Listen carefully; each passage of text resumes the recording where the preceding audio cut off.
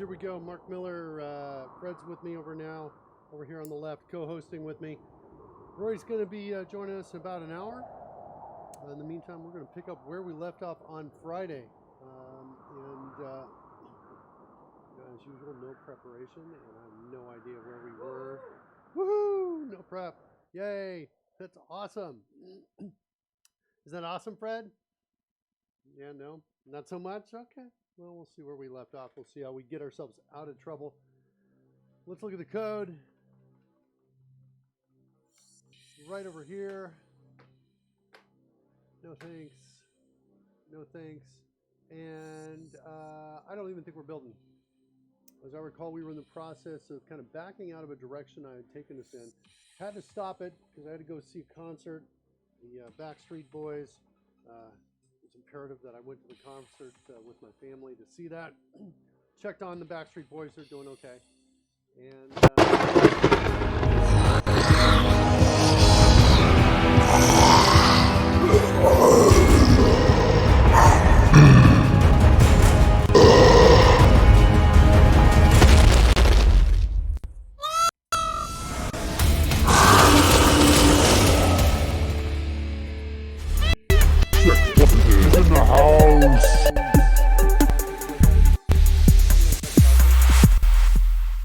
Both in the room and in the chat room.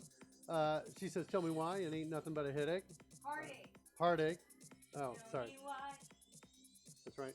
Kids were singing Tell Me Why. They made up their own lyrics to it on the way back home, on the drive back from San Jose. So yeah, it was pretty good. All right, so let's look at this. Here we are.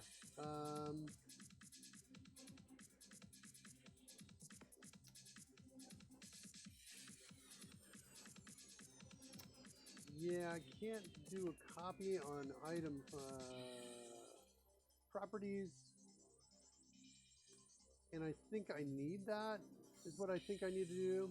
I think I need to implement that copy a little higher up. Let's before I do that, let's review some of the other errors and kind of work our way back to this one.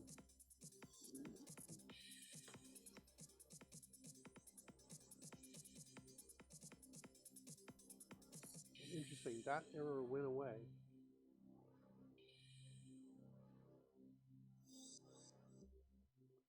See what's going on with select stamp.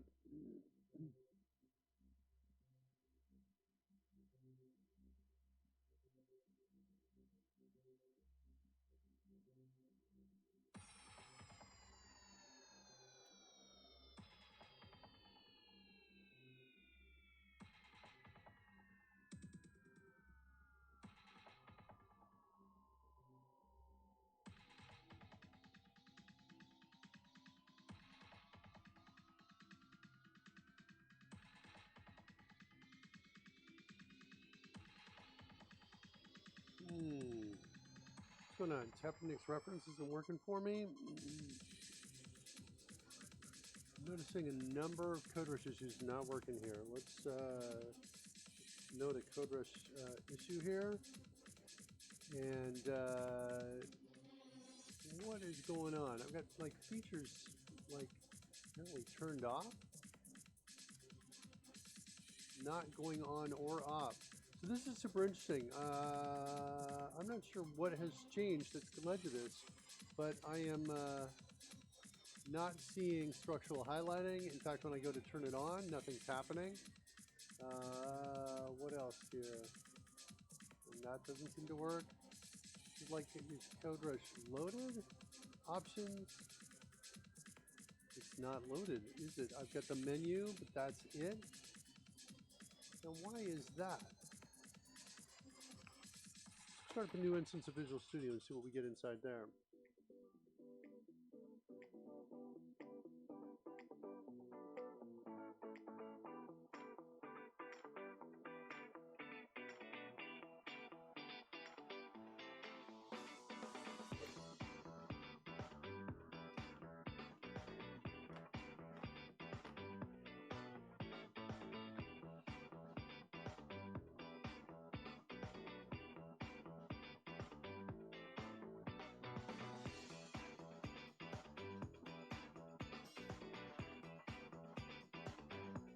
So no coders menu here.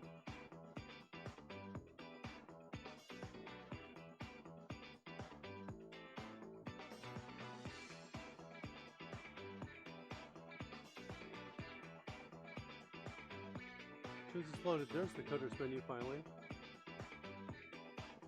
Options. This time it feels like it's working. Okay.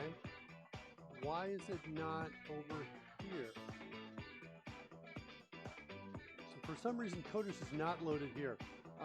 Take a look at the log files and let me know what you think. Is in the house.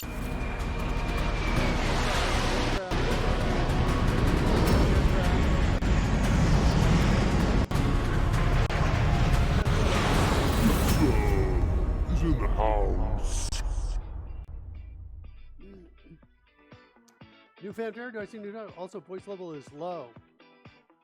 Thanks for the feedback. Let's crank that up just a little bit. There we go. Probably a little bit better there.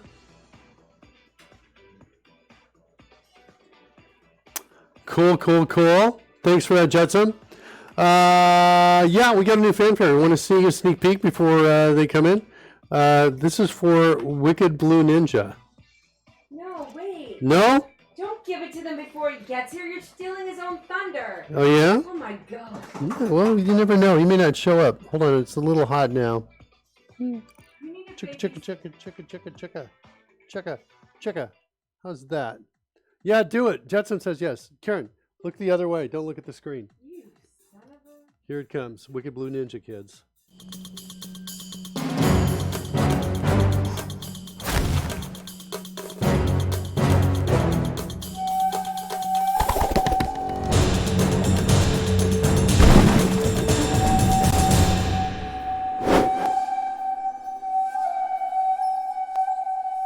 That's it.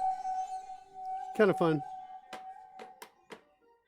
A little bit of Wicked Blue Ninja there. What'd you think, Fred? Good? Fred says, yeah. Let's do it. Yeah, so this is interesting. Coders is not loaded there. Does the bout box even come up? Yeah, nothing comes up. Interesting. I'm going to reset this, restart this. Hopefully the log files will tell the devs what's going on with that. Reopen it up. Interesting. I've not seen that in a long time. I've seen this in the past. Where CodeRush is, you start up BS and CodeRush menus are here, but CodeRush functionality is not. Have not seen that though. Oh, check it out over here in my D&D app. Hold on. This one looks like it has similar issues. Let's see if that's in fact the case. Yeah, it looks like it's not loaded here too. Why did it not get loaded? I did shut down a bunch of stuff at startup. Let's see what's going on over on D&D Map Spike. We're good now. There's CodeRush. You can see the icons over here on the side. They're up. Okay. So back to a build. Let's get back into that.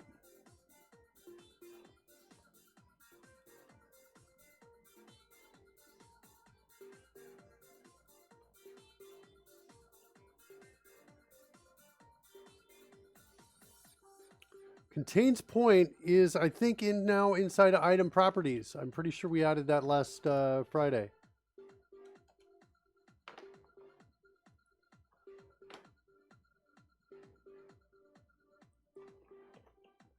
Let's see, get stamp app. Well, get stamp at. Hold on. I wanted to get rid of get item at, as I recall.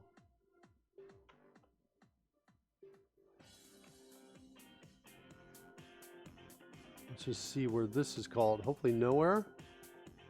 Well, it's called here. So I'm going to get rid of get.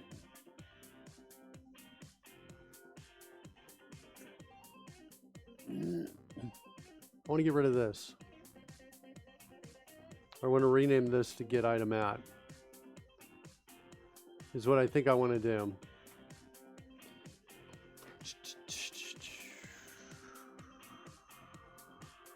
No, wait, hold on.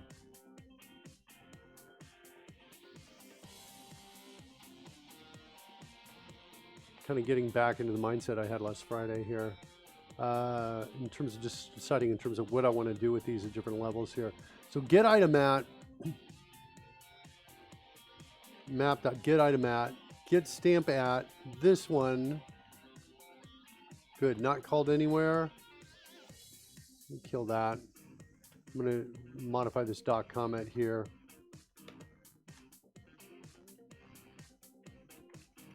So get item at is going to give me whatever items there under the caret at that, under the mouse cursor at that location, at the specified location.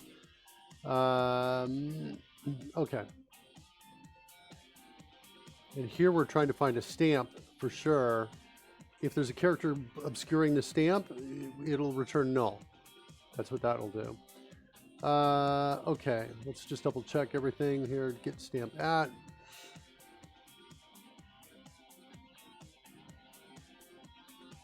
Okay, and this one I think could turn into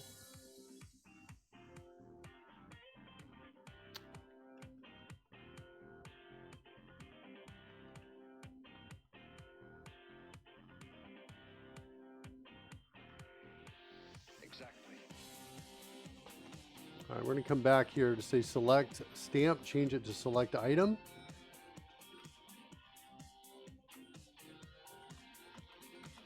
Wait, undo.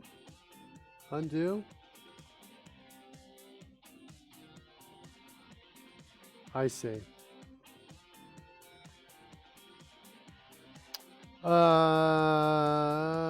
Yeah. Okay.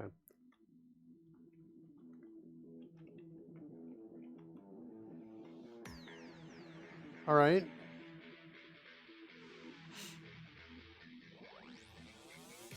So that gives us the item that we can select.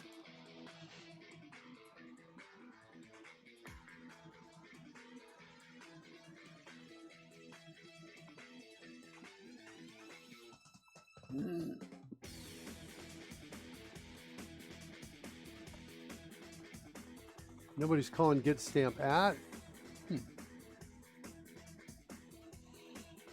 Okay.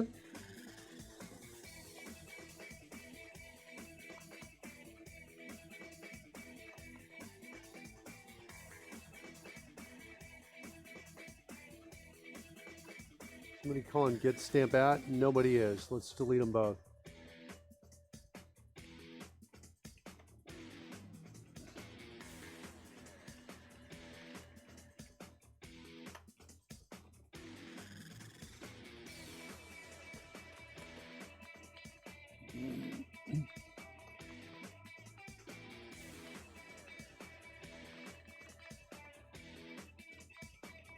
Let's build, see what we got. Copy. I'm going to deal with that later.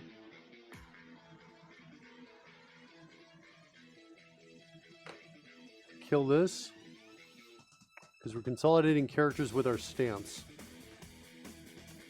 If you weren't here with us Friday, what we were doing is we were being able to drop, we wanted to be able to drop a character, a player, along with the furniture and have them exist in the layer editor, work together, work with undo and redo, and be able to be serialized. So we're kind of changing the architecture of the document, what the document can support, and so we're going through the process of refactoring to support these new elements that we're bringing in here. Okay. It's going to be item properties. Right, map.stamps is of type item properties, right?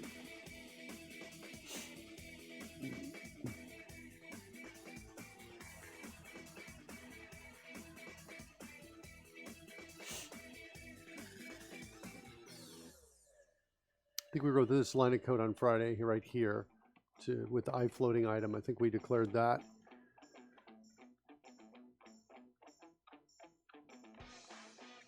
Yeah.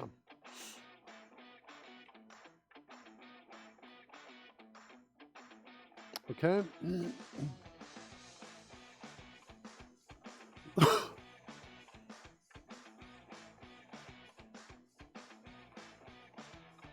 Just calling get stamp from good.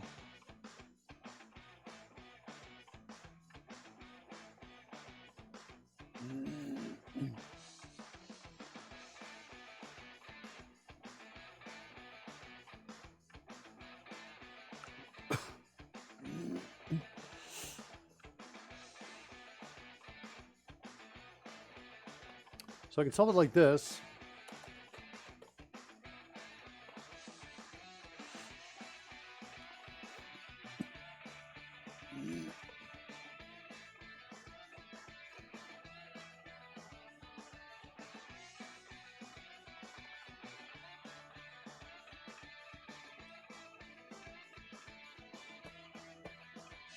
But I think the real question is, don't I maybe just want this to be an item properties that I come back with?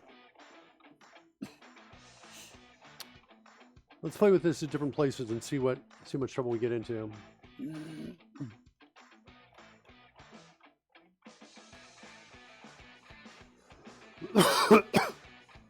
No problem there.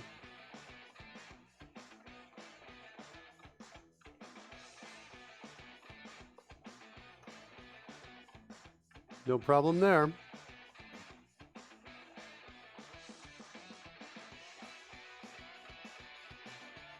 Okay, here we're going to have a problem.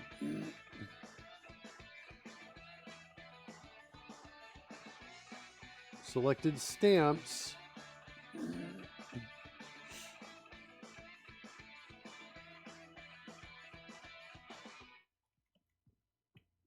But can this change to item properties? Let's see what happens if we do it. How much trouble do we get into here? I think we're okay there. These will work still. Set selected stamps. Copied stamps. And I do want to be able to support copying of item properties. I'm going to change it.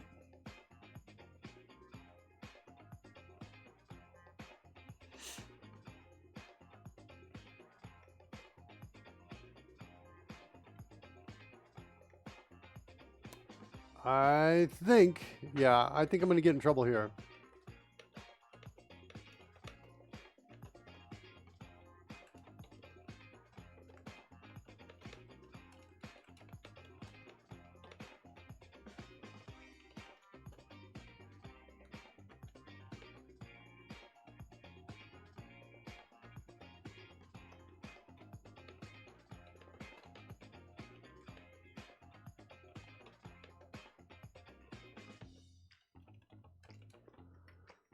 All right, I'll make a note there for that.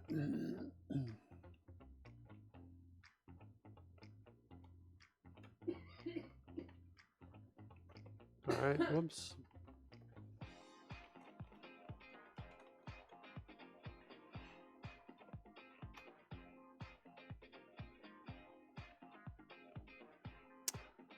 Jetsam says hi to you, sex positive. By the way, I don't know if you saw that or not. Did you? Oh, yeah, you did. You said it first. Yeah, so maybe you should stay in your own lane, buddy. Stay in my own lane. Fred, what do you think about that? All right, fine. Fine, Fred. Let's see. Selected stamps, map.get stamps.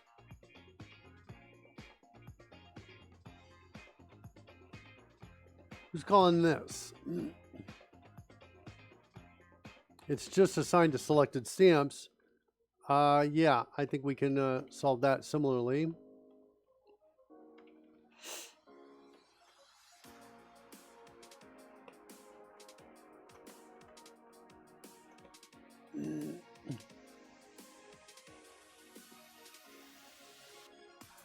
Nice. Okay.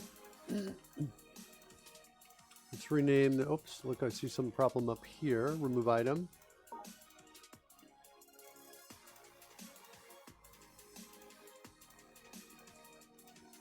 Can't forget Fred. Hi, Fred. Fred's going to be able to wave next week, I think. We tried to do it today. Right now, this is the closest Fred gets to a wave. Yeah, he's not quite getting it right there. Or maybe this. Yeah, that's about it. So we did not get a chance to record new animations for Fred over the weekend like I thought we were going to be able to do. So it's going to have to be next weekend. That's what we'll do. Get some new hand animations for Fred in here, and we'll come back and work on them next week. Yeah, Fred needs a wave. Yeah, Karen's actually got a list of things, so we're going to record for Fred. She's like my Fred director this weekend. I know all about hand motion. Yeah? You giggling? Nope. All right. I just need a stamps.remove of item. Like that. That's what my remove item is going to look like. Cool. Okay. Where else were we? Got my copy problem. Still, I got to solve that. Saving that for last because I think that's going to be the most fun. Maybe not. What do we got here?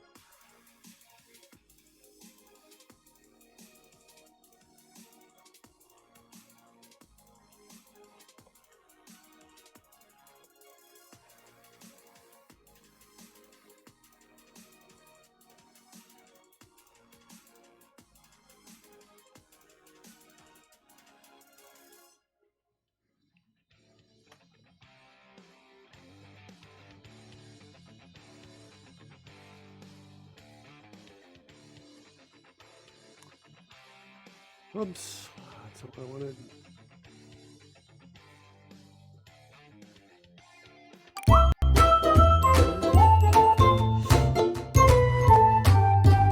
Michael Jolly is in the house. No. Oh, Michael.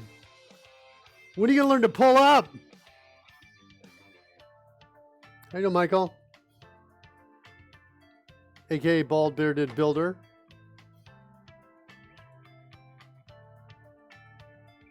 Glad to have you with us. Got a new fanfare, by the way. Wicked Blue Ninja shows up. Taco Day. Glad Fred made it on time today. Yeah, me too. Fred's glad to be here. Fred, who am I? Am I number one? Yeah, there you go.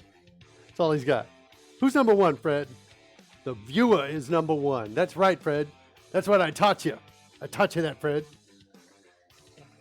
So let's see. Let's build again, or let's go to our. Let's see what we got here. There's kind of a little bit of a mess out here. Let's see. Add stamps. We're kind of going around changing iStamp properties to item properties everywhere. It's kind of an ancestor.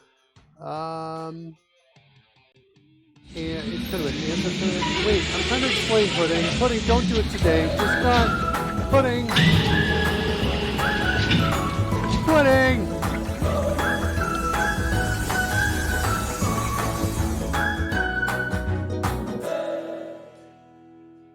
Thanks, Pudding. Hey, welcome, everybody. Glad you're jumping out here.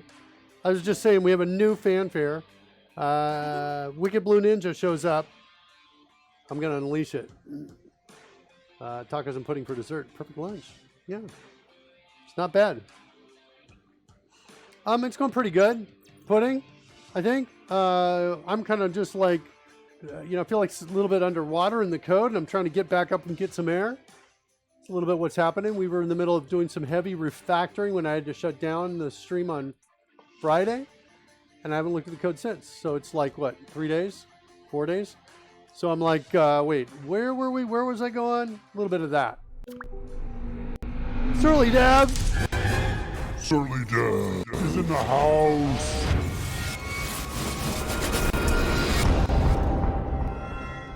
He's the only man that attended the Will Bennett School of Intro War Writing and failed. Not even Will could teach you, Surly. He's so surly that even coronavirus can't be bothered arguing with him. It's Surly Dev. Surly Dev is in the house. Welcome, Surly Dev. Glad you're here. Got a new fanfare I want to debut this morning. If our good friend Wicked Blue Ninja shows up, it's going to be awesome. What about the Mark Miller School of Acting? Yeah, that's open, by the way. We've got lots of space available in that school. You want to come learn how to act like the best? Boom! Not only am I president of the school, I'm a graduate as well. How you doing over there, Karen? Did you guys notice he ignored me when I asked him for a date? What? What do you mean? I didn't ignore you. You want a date? I'm scrolling back. The music is oddly fitting, is it, for this desperate moment in my relationship with Karen? Where's the date question? Scrolling back. Scrolling back. I don't see it. Jetsam, I thought you were asking us. What's going on? Where is it? Live music tonight in Surfside. That's the question? Oh, there it is. Want a date. Yeah, I think I'd like a date tonight. Would you like a date tonight, honey? Honey? Yes. Yes? With me? She's like, I just asked everyone on your stream out instead. Oh, brother. Yeah, I won't be ignored. Fine. I have no idea how lucky you are.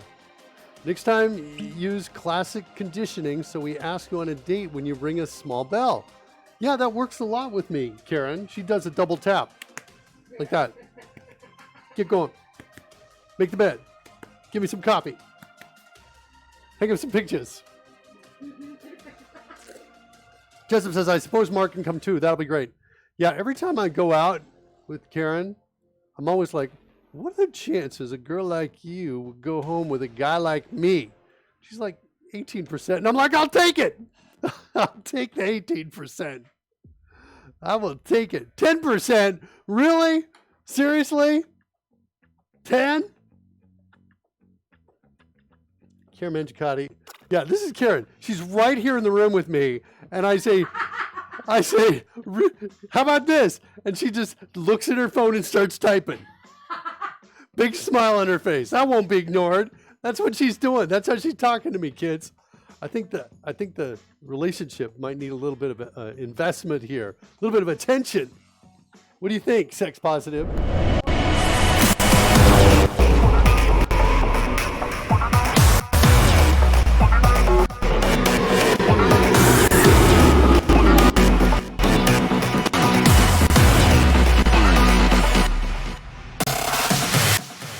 What do you mean I'm punching above my weight, Surly Deb? Come on. Are you kidding me? Cannot believe it. Where's the support I normally get? Fred, what do you think about all this?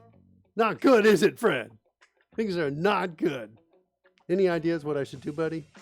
Okay. I'm on my own. That's good advice, Fred. I wear Crocs in public. Yeah, I also wear them live on the show. Look at this. Oh, you can't quite see it. It's my ghost Croc. Woo! Woo! Certainly Dev's got Star Wars Crocs. Nice. Yeah, they work. Okay, can we write some code, kids? Looks like I arrived at an awkward time, says Codebase Alpha. Yeah, I think there was actually, your fanfare played just as Karen was saying something really incredibly important to me, which I didn't quite get. What were you saying, baby? What was the last thing you said out loud? Honey? Geniscu 7, where are you? We need your help. We need your help, Geniscu 7. Help us out. Thank goodness he's here. Here I am. No. Oh. He had the plans to the Death Star, Yoda.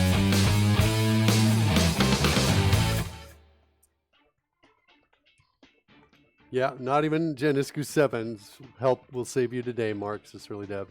No coding, all fanfare is what it seems like, isn't it? Yeah, I was thinking, God forbid this show ever becomes super popular. We'll just be like doing this, sitting back, watching everybody as they come in. Oh no! Look at this!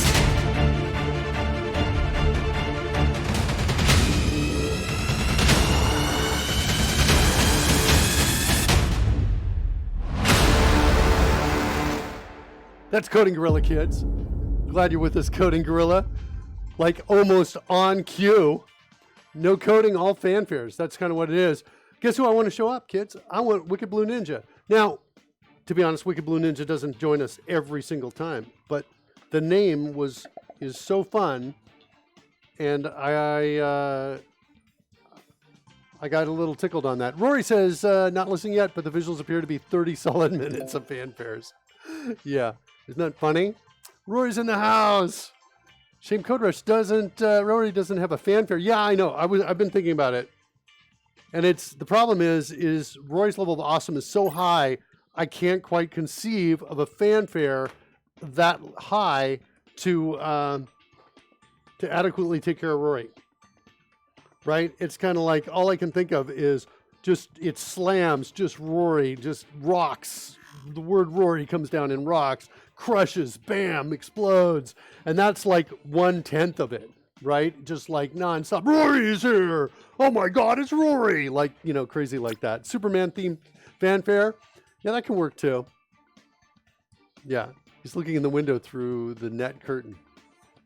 I will film you doing an interpretive Rory dance, says Sex Positive. Yeah, I don't think I'm going to do it justice. It's also a little strange to give me a fanfare which might go off whilst I'm live in the stream. Yeah, I could just hit the manual thing when you come in. I think the right, Rory, I need to do it. I need to give it some thought. And I think it's got to be over the frickin' top is what I think it's got to be. It's kind of what I'm feeling, but we'll see. Can you still be part of the stream from there, right? Or you can still be part of the stream from there, right? Asks putting to Surly Dev.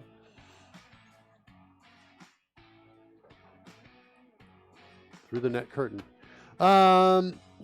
Yeah, Jetsams. How does Rory of all people not have a fanfare? Yeah. Okay, you're right. The fans are asking for a fanfare for you. I'll have to make that next, Rory. I'll give it some thought. I want it to be good. Okay, back to the code. Right? Back to the code. Back to the code. Let's do it. By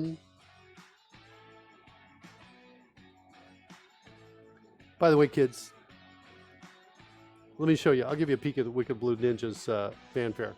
Because Wicked Blue Ninja is, I think, may not show up today. Just in case, but it's fun. I want you to see it. Let me turn down music. Here it comes. Ready?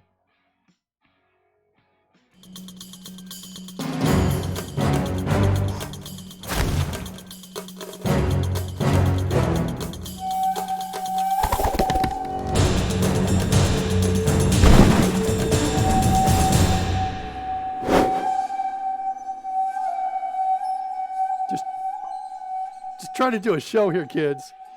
Anyway, that's Wicked Blue Ninja. Really fun. Hopefully Wicked Blue Ninja will show up in person.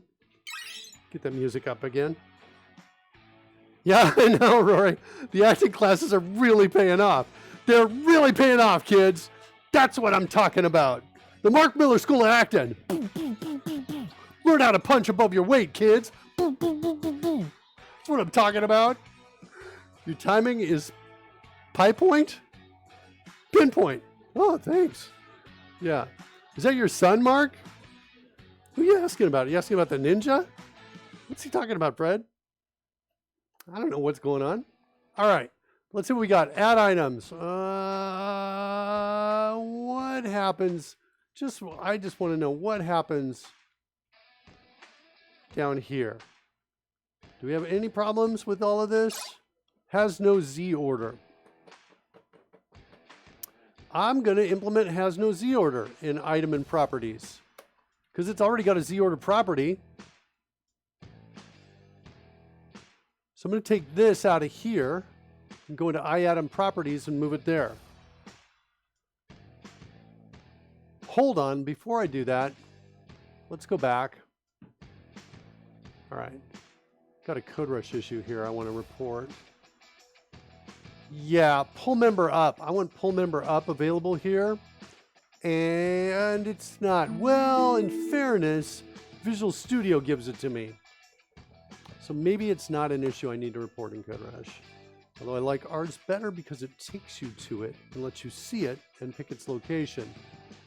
So I don't know what I want to do with that or not. Oh yeah. Shut up, Surly Dev. Shut up, Surly Dev. Seriously? Mark Miller School of Acting affiliated with the Manjikati School of Eye Rolling? Yeah, and Sex Positive's right. Fred's hands belong to our son. Come on, Kier Manjikati. Give me some support. At least you're with me, right, Fred? You're still my friend. What, Fred? Seriously? It's a tough day today. 8%. Those are my chances. Yeah. I'll still take them. Chances of if I go out on a date with Karen that I get to go home with her. It's like down to 8%. I'll take it. All right. Can we write some code, please, people? Please. All right. So now I don't need this anymore. I'm just going to do this like that. And, yep. Pudding says he'll take that as a big win as well. I'm with everybody on that. Okay, so there's item there. That's what I'm saying. Okay, stamp reset Z order. Guess what? We got to take that up too, I think. That's over here. Reset Z order. Really, it's not available. So this is, I want to report this to Visual Studio. Okay, the interface is not bad, but it should be also available here. It's not. I got to come over here. All right, anyway. Okay, so that should fix that.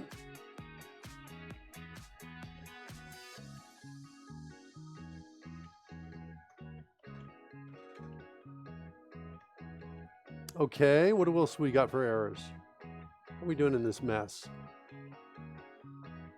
Remove all stems, selected stamps. So let's see, what do we got? These are item properties.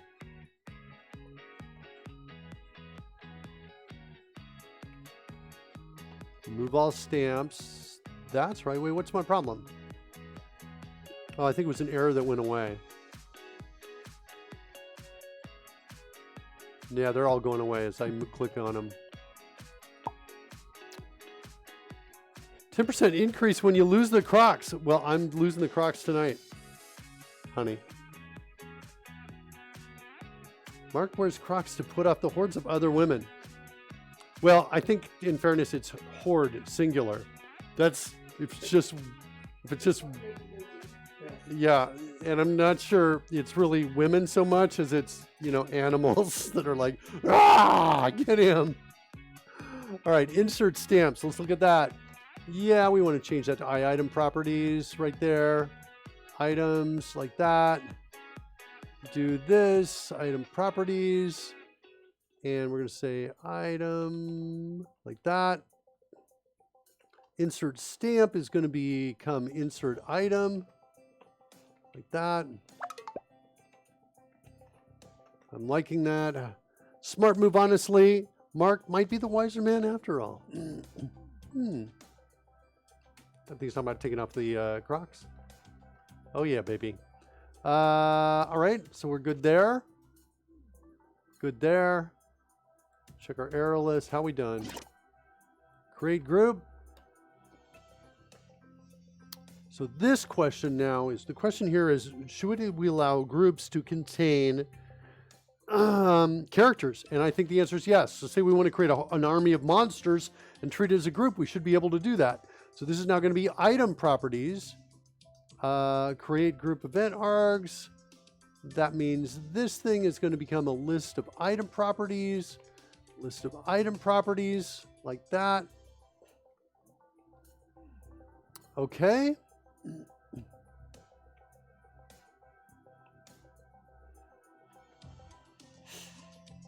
What would the chances of a date if I wore the Star Wars Crocs? Wait, hold on. I used to wear nubbies in my hair to ward away all but the most curious of quarters. Yeah. And Karen doesn't realize it, but I got a thing for nubbies. I got a thing for preventative. I got a thing for bug spray in my eyes. I got a thing for pepper spray.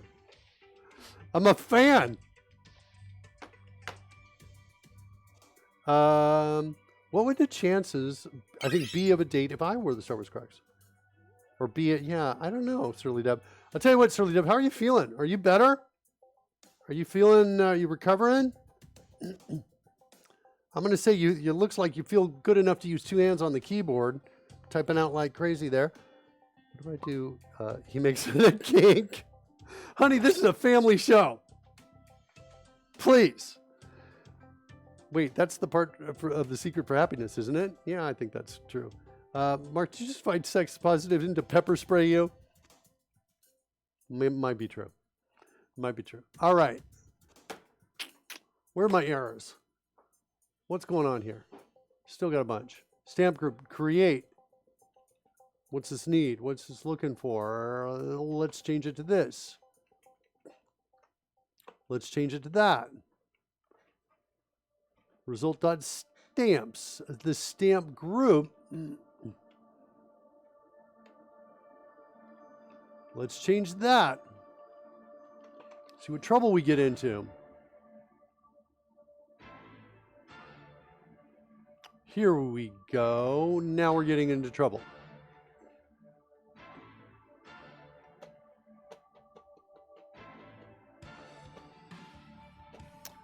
Okay, now the question here is if I have a stamp, like a piece of furniture or an item on the floor, and I want to adjust its contrast, but I also have an item that doesn't have the contrast property available, what do I do when I ask the question, what's your contrast?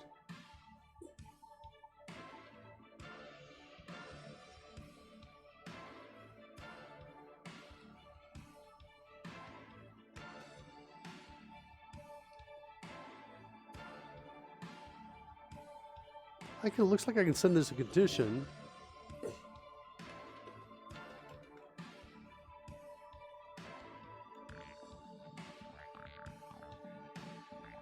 I think I can do that. And I bet first or default has the same.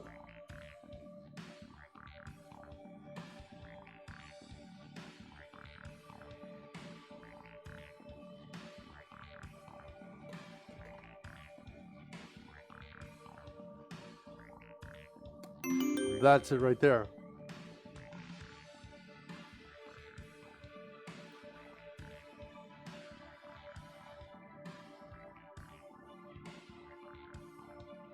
Yikes. By the way, Surly Dev, when I had my speaking of, here's way too much information maybe.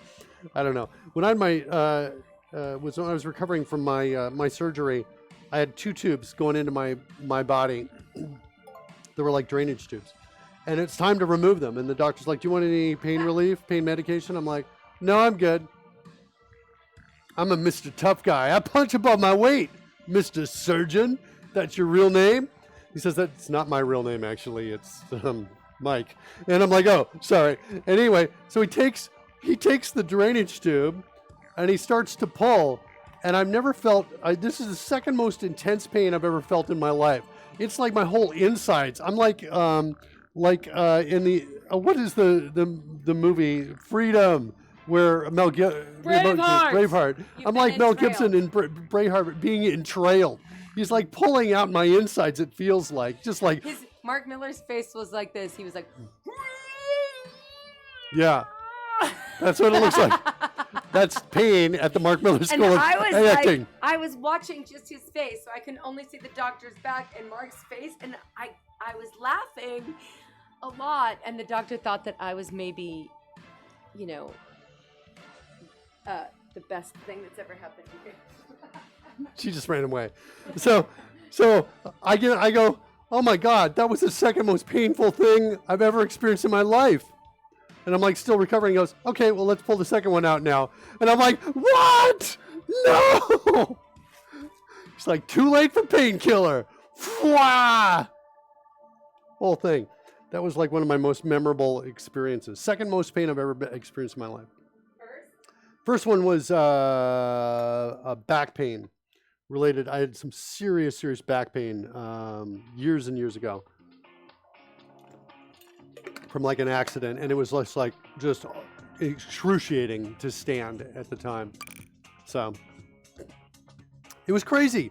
You'd think actually putting this idea of taking a 1/4-inch tube and running it through your insides wouldn't be excruciating, but there was something about it that was just crazy. I don't know if it was because I was maybe tender, if it was because it had stuck to my insides and it was tearing. I don't know what was going on.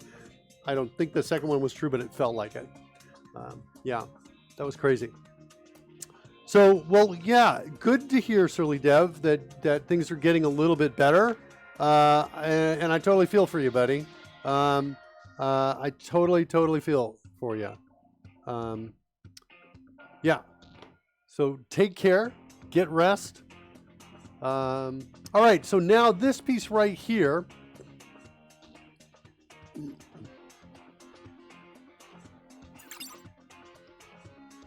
I think what I want to do here is I want to do an extract method on this and call this first stamp. And I think I want to turn it into just a property. G space will get me that, and then I can put that in right there. Okay, is this gonna, yeah. And then let's take this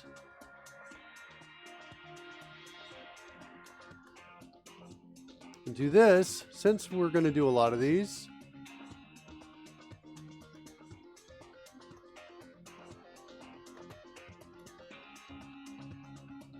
So now the code looks like this. If we don't have any stamps, then we're out. We return it 0. So now we can go through the other properties that are similar inside of stamp group that it has to implement.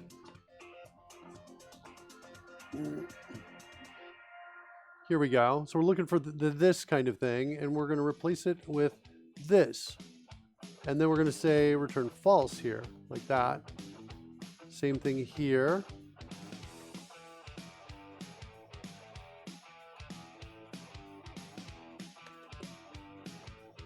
All right, I am liking this code because now we've got a group that can handle lots of different things.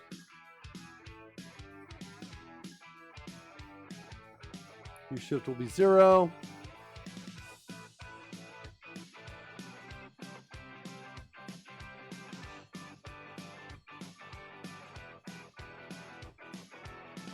Rotation will be 0 if we don't have any. Saturation.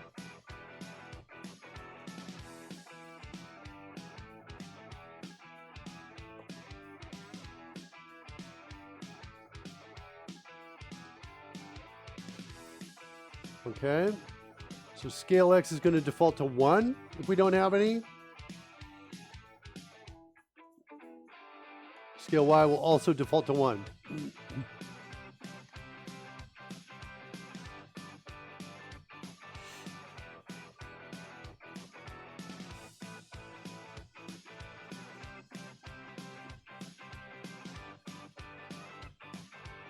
Are we good?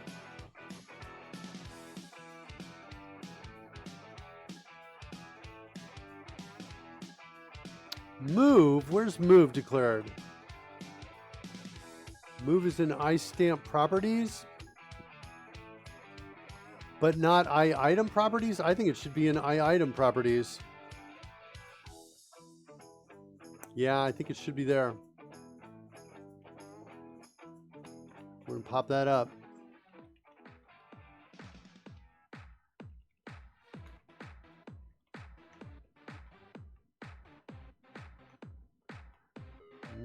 Okay.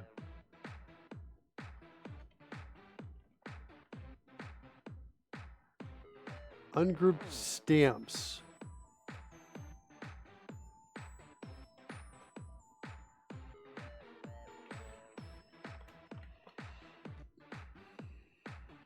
Good.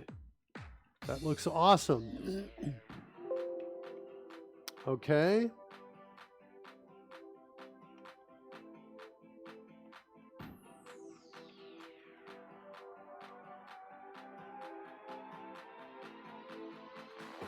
I think we got a call to this. It's passing in an item stamp property. And I think that the reason I think that's because I'm hitting tab to tap to next reference. And Coders isn't taking me anywhere, which means we probably got a call somewhere that's passing in a different type. And Coders is not seeing it as this call to this element. All right, let's build again. Take a look at what we got.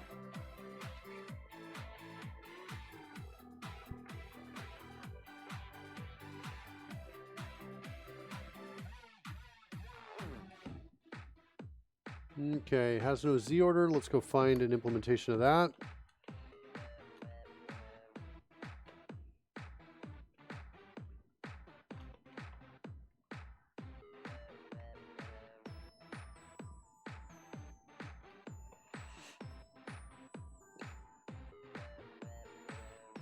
We need move, and we need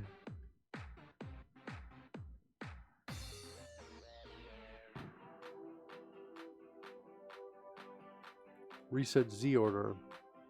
It makes sense to create one more ancestor class that has these pieces in it.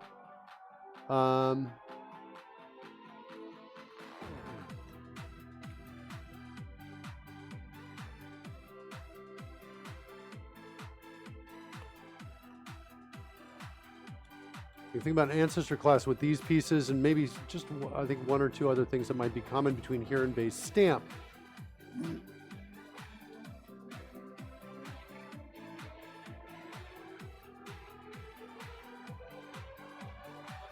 Hold on, inherited.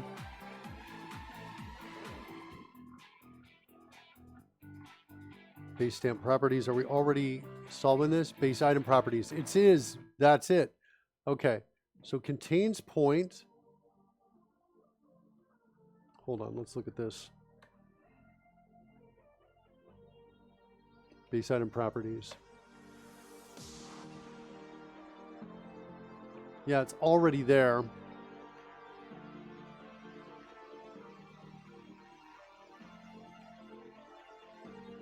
I think we can kill that.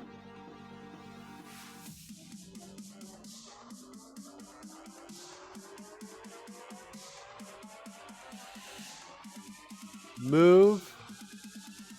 I think we're done. We can do that. Wait. Locked.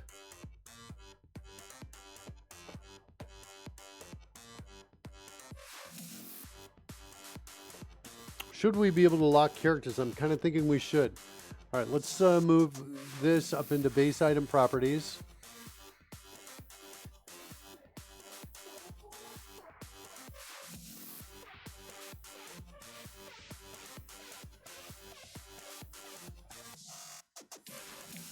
I think we're implementing locked here.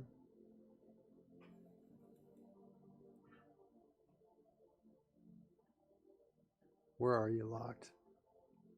There it is, right there.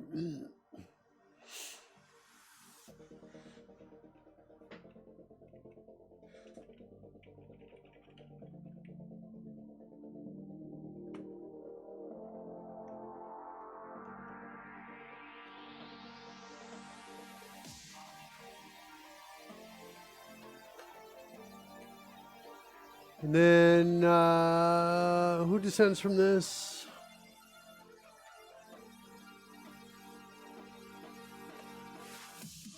There's locked right there. I'm going to kill that. Put this here.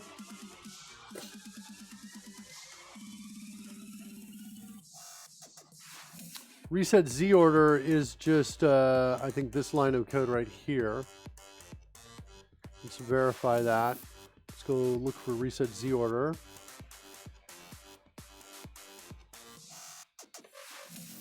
There it is right there. And we can get rid of this too, because that's getting its inherited. Nice. Yeah, a lot of refactoring required for this change. Kind of interesting. All right. Build.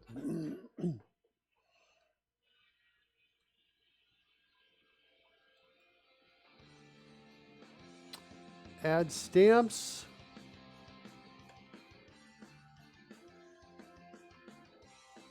And change this to item properties. Insert stamp. Let's change it there. I'm going to change all of these.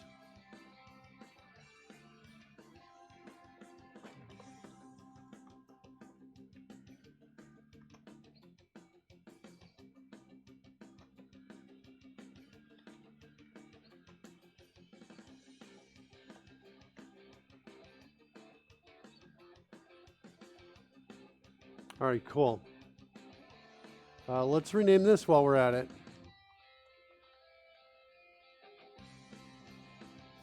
Let's rename the file to match the type. You know, we got iTems manager. Better. Okay, where are our errors? Oh, good. It's less than, you know, what fits this area here. Feeling better about that. Create stamp from.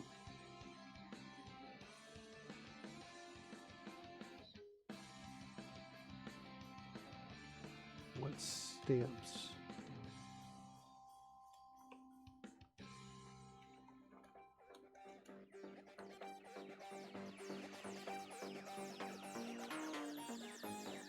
Okay.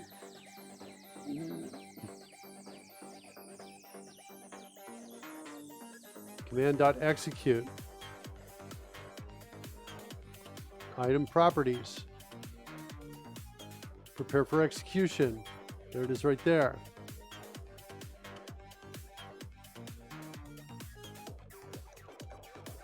Yeah, if you were here with me on Friday, we were doing what I call dream-driven development, where we were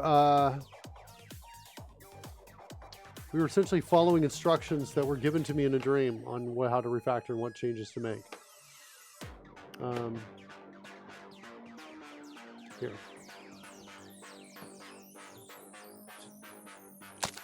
Sorry about that. Excuse me. Pardon me. Here. Let's give me some health here.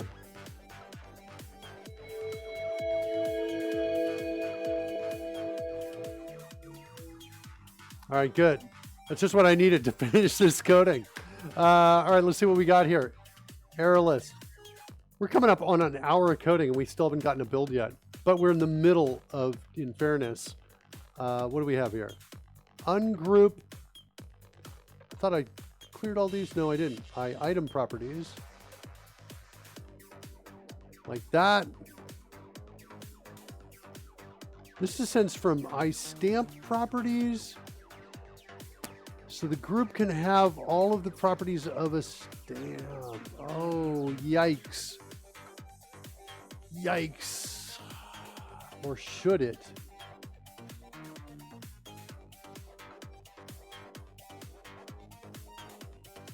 I may have to change this to decouple this further.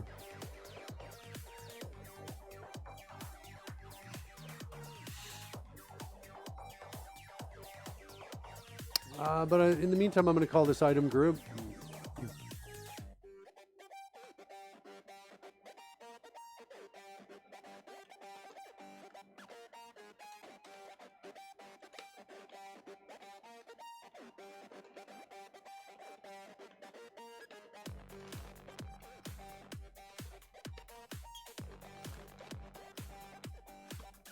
So, yeah. This makes sense if we are having a group of items. Hey! Look at that! What's going on? Is that the Code Rush? Is that the Code Rush seed? Is that the Code Rush sunflower growing? Go! Go, Code Rush, go! Copperbeardy is in the house. Copperbeardy, glad you joined us. Glad you joined us. Fred, are you glad you joined us? I'm going to give myself a little more health so I can make it through this. Fred, I'm talking to you. Did you say yes? No? Yeah. Okay, great. That sunflower looks so cute next to you, Mark. Says Pudding. Well, thank you.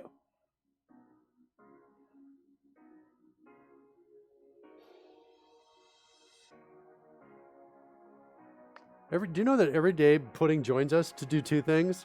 One, dump pudding on me. How dare you, Pudding? And two, eat desserts in front of us in the chat room. Or crying his desserts. Yeah, that's what Pudding's doing. Okay, so I'm feeling we may need something more clever to support groups of different items. The composite design pattern says, look, if I have a group of items, the group has to have essentially the same properties as the items. But if I have a diverse ancestry of items that don't all have the same properties, what do I do with the group? Does the group get a conglomeration of the properties? Maybe. Or do we just kind of say, well, they're going to be all, the biggest one or something? I'm not sure what that group is. I know that when we serialize it, it has to have a conglomeration, a compositing of all the properties. Because we're using JSON, we're not using our own custom serialization. We're using JSON. And JSON at least at this point, my knowledge of Jason isn't to the point where I feel like I can just store different types and then recompose different types in a super intelligent way. We're kind of doing that, but I feel like, yeah, I don't know. I feel like we may have to come back and revisit this architecturally. That's what I'm thinking.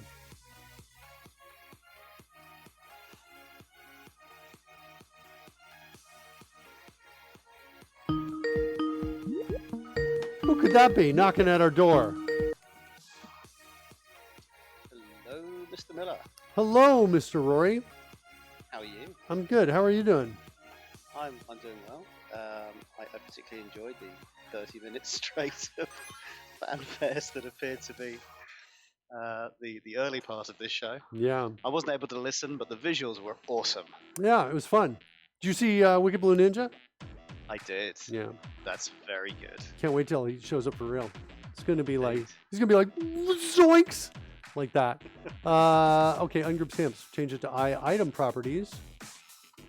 You've been following along a little bit, Rory. You got a sense of what we're doing? Ever so slightly, yeah. I've been looking at a few pieces. It's called massive refactoring is what we're doing. We are making it so that, you know, we had this beautiful design, and then I had to go throw a monkey wrench in the whole thing by saying, well, I want to throw in something completely different into our selection engine and our serialization engine and our undo redo engine, right?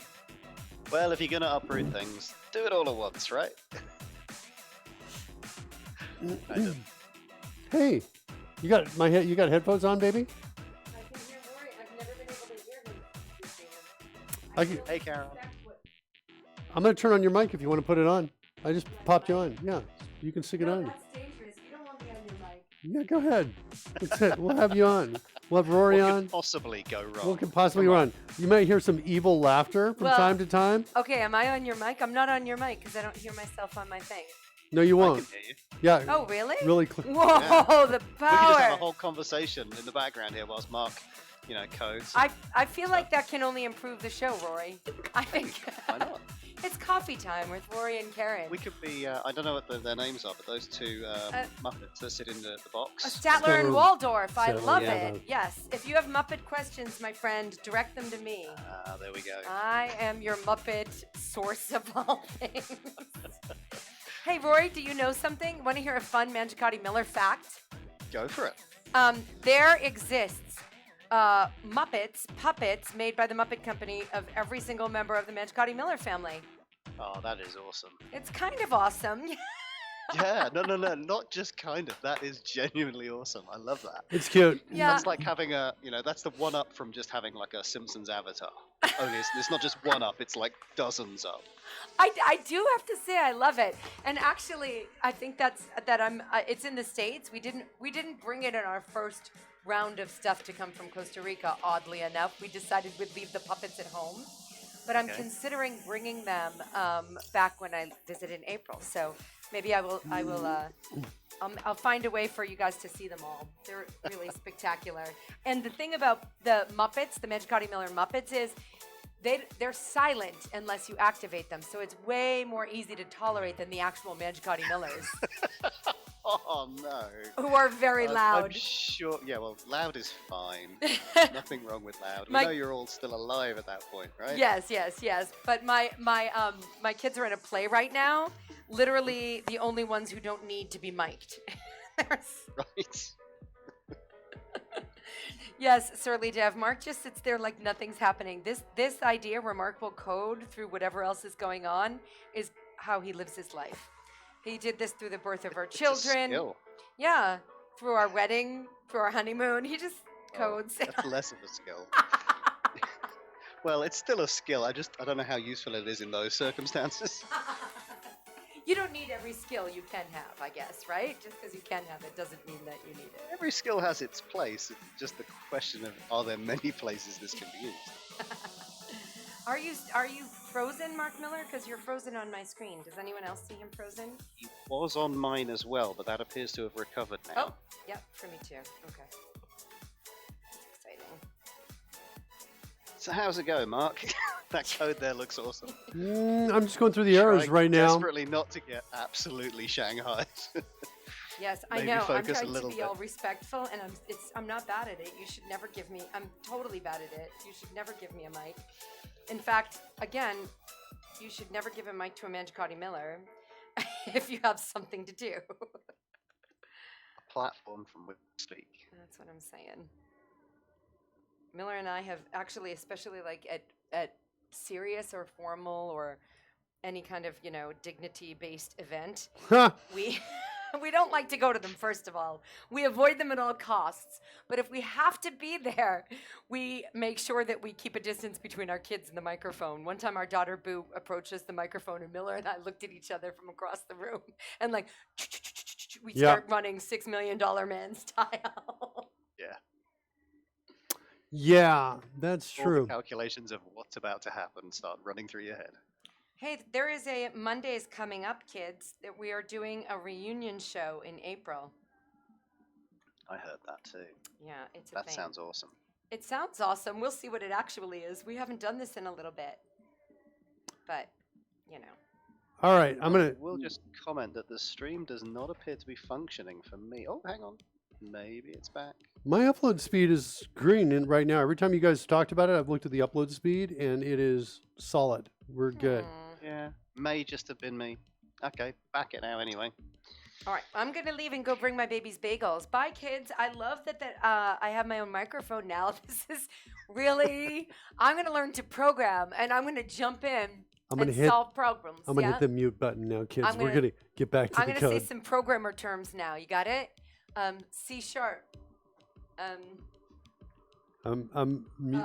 Backspace. I'm fading her out slowly, fading her out slowly, fading her out slowly.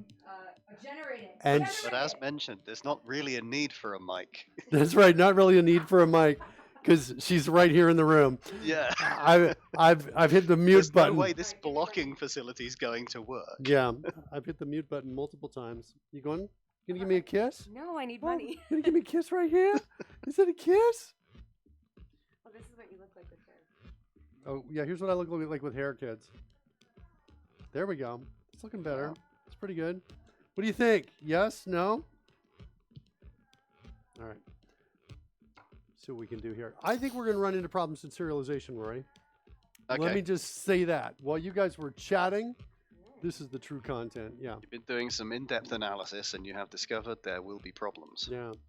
So my wallet was filled with cash when I gave it to Karen. What the heck? All right. We'll see you. All right. She's gone. Let's talk about explosives. What we're going to do on the show for real now. We're going to blow things up on this show. For real. Well, coming up. I think, yeah, I'm going to be going to the States in April. Maybe that's when I bring back my, this kind of explosive generating thing I want to do. I want to get one of those DJ things that just blasts up a massive amount of smoke. You know what I'm talking about? And have Sounds like the sort of thing that's hard to get through customs, although in fairness, I sort of imagine it's harder to get it through customs the other direction. Yeah, no, I'm an expert at getting stuff through customs. I'm just like, I pack the heroin bricks around me and wrapped it in tin foil every time, aluminum foil, every time, just to This make he sure. says on a show being recorded and thrown up on YouTube. I'm kidding, kids. I don't do that. That would be frightening. I do not do that. That I am would like be terrifying, plus, wouldn't it? plus autism. I have to confess to everything at every moment, right? What's that thing? You go through customs, you feel guilty even if there's not a reason. Oh yeah, I What do have I that. forgotten to do, right? Well, if you yeah. actually had a reason to feel guilty, think how much worse it would be. Coding Gorilla says, "Oh, you're going to get an extra body count." He searched the airport for that one.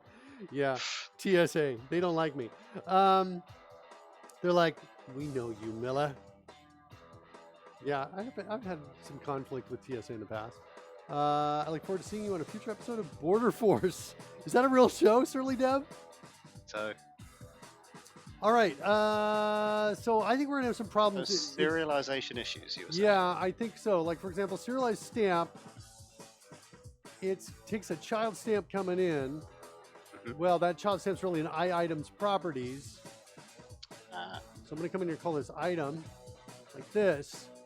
Then we can say result transfer properties. Now, I missed a little bit earlier on. Have you actually changed what was previously iStamp properties to iItem properties, or have you replaced it with a new one? No, iStamp properties still exists. It is, in fact, a derived type from this, iStamp properties. So what we have to do, let's look at serialization now, see if we can preemptively not get this bug by looking at how serialization is working and make it, what we have to do is identify, hey, look, if this is an iStamp, we got to call the other one, is what we have to do. Yeah.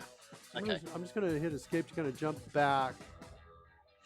So here, word serialized stamp, we call transfer properties, passing in item.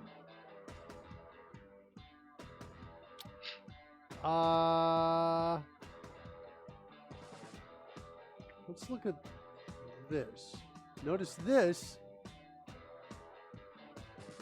base stamp properties has a different one. It takes it iStamp properties. It's a different one. Serialized stamp transfer properties takes those pieces as well. Height and width, the only ones we're saving there? Okay, interesting. Then base is base stamp properties. Transfer properties there. Then we go here to base transfer properties. What's this one coming from? Base item properties. And what happens when we pass in stamp properties there? We're at item properties now.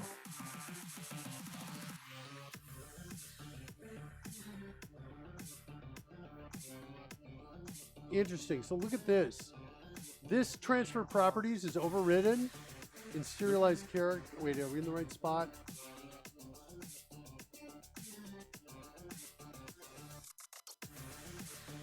Wait. Oh, I'm hitting tab to next reference. Hold on. Let me not do tab to next reference. Let's drill in. Okay, here's the virtual one in base item transfer. Okay, this is crazy to me. My virtual is here, and my override. Oh no, it's redeclared virtual here.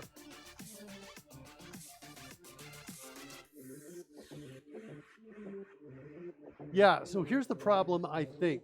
In the chain, we've got a virtual transfer properties here that accepts iItem properties, and then we have another one that takes iStamp properties here.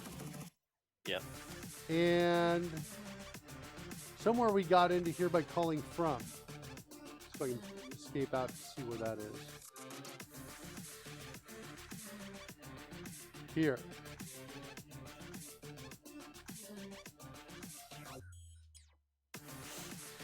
I think we're gonna have to step through this and make sure that everything correctly is called. That's what I think we're gonna need to do. So let's do that, and we'll look and watch and make sure. Because I'm like a little bit like, at this point, I'm not exactly sure. What else do we got? There are characters for serialization. We don't need that anymore.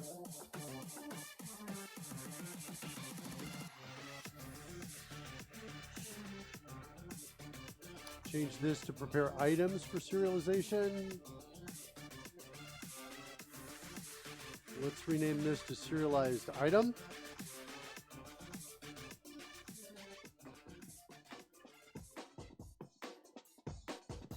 Let's rename this file to match the type.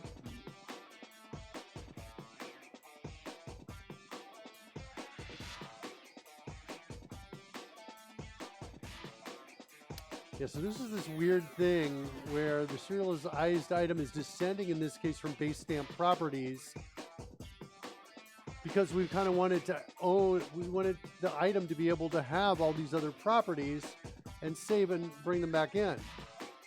Yeah. Right?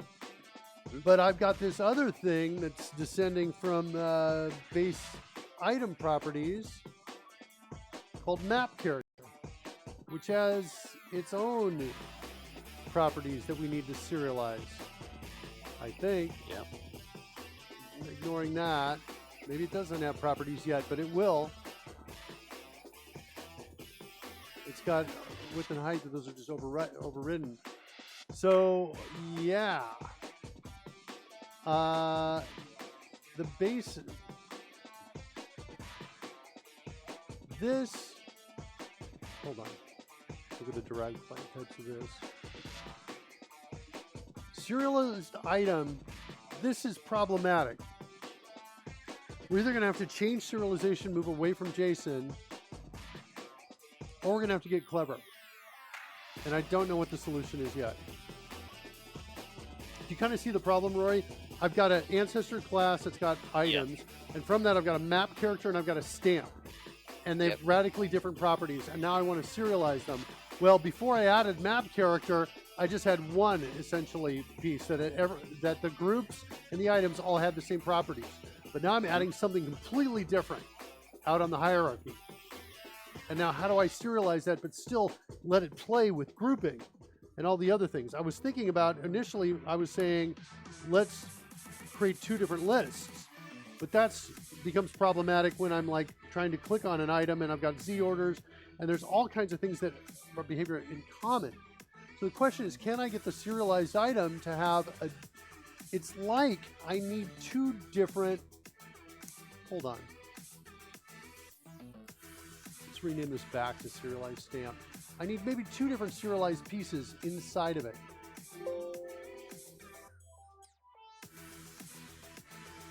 What just happened? Did I just delete something? I guess I just deleted. Okay, that was weird. I think I hit the delete key when I was up here on namespace. You just have to create custom converters, says Coding Gorilla. Yeah, I think when we finish the show, maybe we'll have it all done today. We'll be like, yeah, it was simple. It was just like that. There's our converters. We'll know and see that. But I'm having problems wrapping my head over where in the code we need to do this, where that entry point is, and then also the reverse of it when we're building everything back. We're going to have to look carefully at this. But it's something along the lines here in these two places, reconstitute stamps, I think, and these are the entrance points here between these two places, prepare for serialization and reconstitute stamps. What's our error list look like now?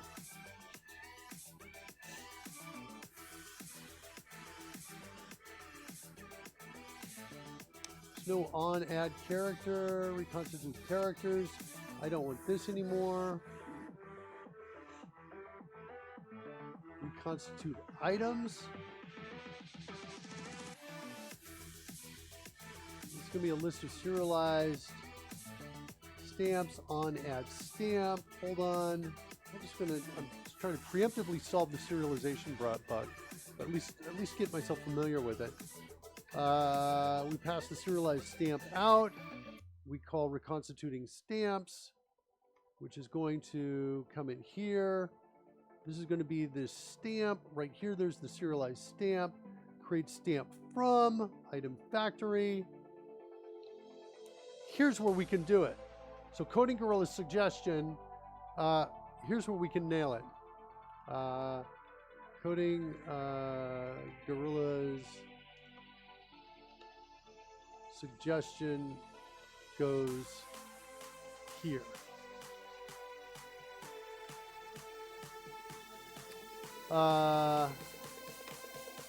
Hold on.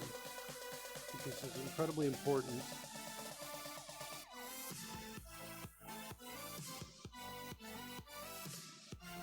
Nice.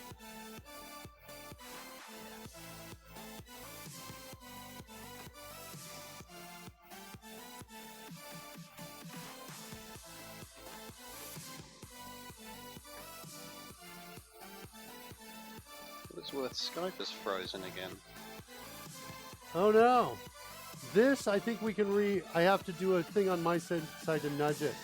When I initially connected, it was frozen as well. Yeah, then it got freed. Fixed itself. There we go.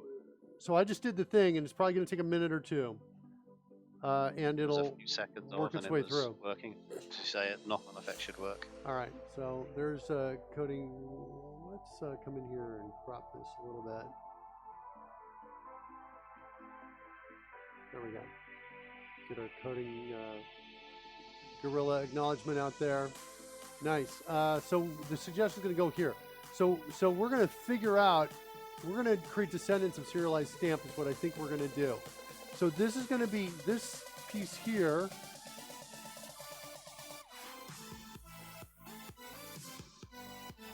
Hold on. What's going on with this? Ah.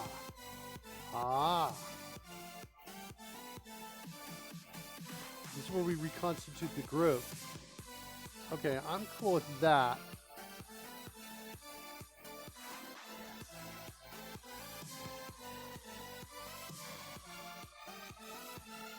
Yeah, but then we get back to JSON serialization, and I'm like, oh, it's tricky.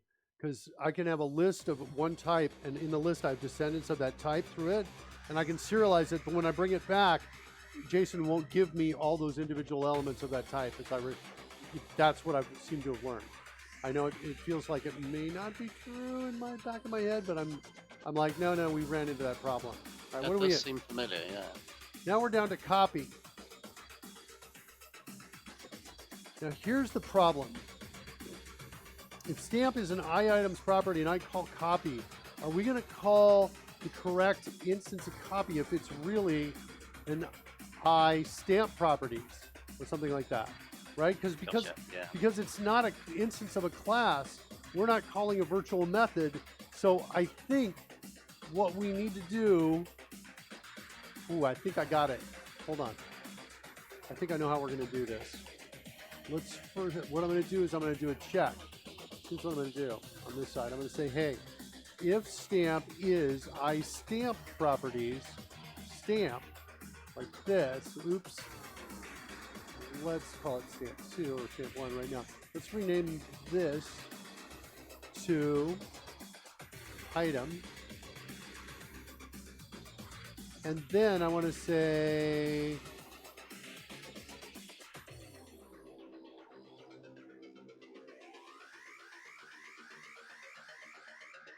here's how I fix it. This is because I just don't think there's any way it's going to find the virtual overridden method. I could be wrong. I'm just not familiar enough with. I can't remember. It was my gut would have been that the version of the method called is the one on the object, unless you deliberately cast down to one of its ancestors. Yeah, to like something in the chain, right? Yeah. So my recollection is the same. In other words, it's going to call the item properties one and not the iStamp properties one. So that's what I kind of want to do. So I need a stamp copy, which I have. I need to add an item properties. Which one of those, sorry, remind me, sits higher in the hierarchy? So which one inherits from which? Well, not right now, neither, because I don't have one for item properties yet. But if I come in here and I do that, I'm just going to copy that. I'm going to go up into item properties, jump in here, and I'm going to throw the copy in here, but this one's going to return an item properties, like that. Right, and because it's interfaces, it's slightly different, isn't it? You don't actually have a concrete of either. Yeah, that's you could be implementing both simultaneously. Yeah. Yeah. Yeah, so you're having to gift the precedence by saying, if this more important one, then do this. Else, if this less important one, do that. Although this is really weird. Why? I don't understand how... Oh, wait, new stamp group of this. I see. I was like, how is the copy occurring? It's happening because through the constructor. So we're going in and we're just doing this. We're calling copy on each one of those as well. Okay. Although, geez, we got the same problem here. We have the same problem here because our stamps, these are really item properties here. We got a problem here too. This should be item properties. Reset image. This, no? Oh, you're right. Hold on.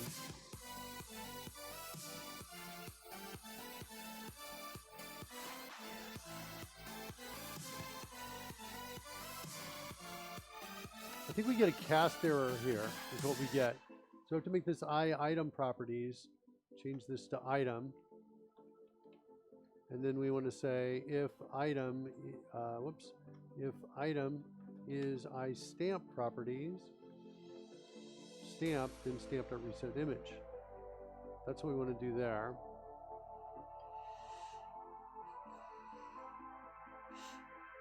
And I think we want to do something similar here.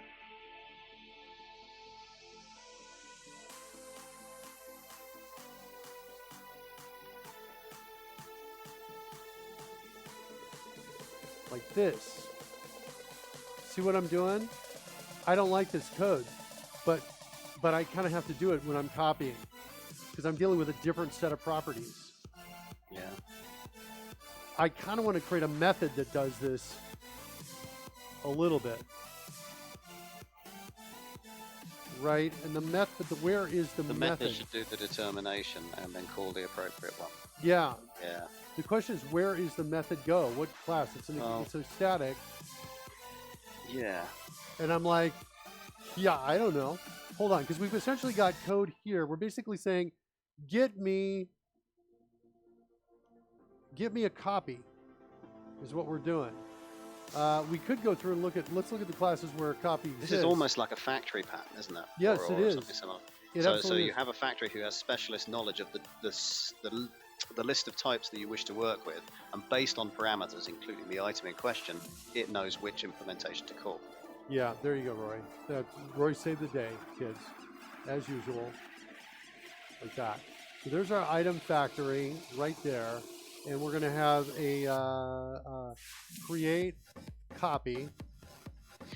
I'm not 100% convinced it actually is an item factory. A factory, you would usually produce an item out of it, so it would have a different return value. But we're just doing, in some cases, a different copy. So we're not necessarily generating a new item in every case, are we? Yeah, well, I think we are creating a new item. I'm good with this. I like it. So we're going to come in here. We're going to say... So we're going to come down here and we're going to say stamps.add item factory.create copy. Sweet. At least we're now in a much better shape than we were before. Okay. Item. Like that. Yes, this does work. I was thinking of the transfer properties, which don't necessarily produce a new item. They just know what is appropriate to copy in case of each type of item. It's not quite the same situation.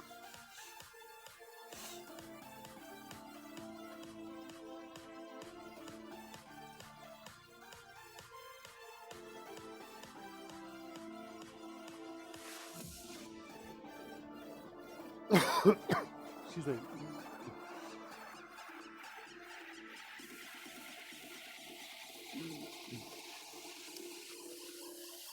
Got cough drops on my desk.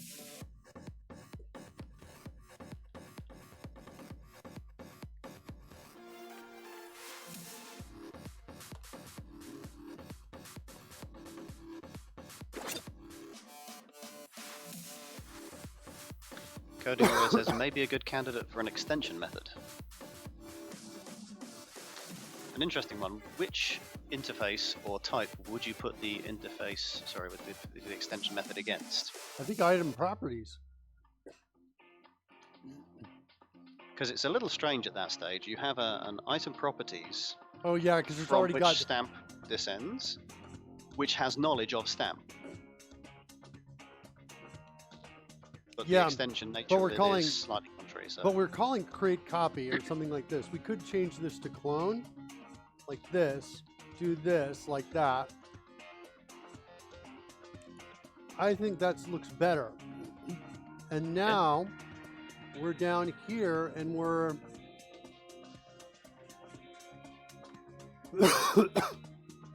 that's the call. Cool. All right. Okay, so we worked our way through that. Where are the other? Was the other copy issue?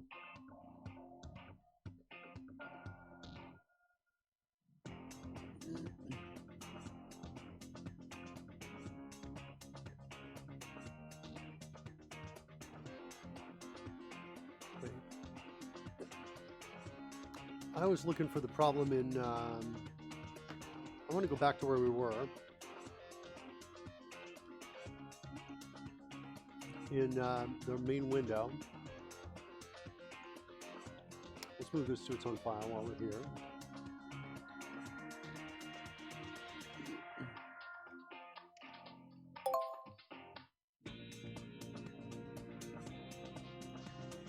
Very smooth narration.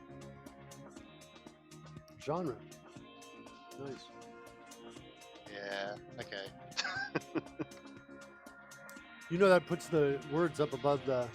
I think they're behind Fred, though. Yeah. Here's where we are. So now this becomes... This is equal to item.clone. Which is considerably less code and simpler to read, which is good.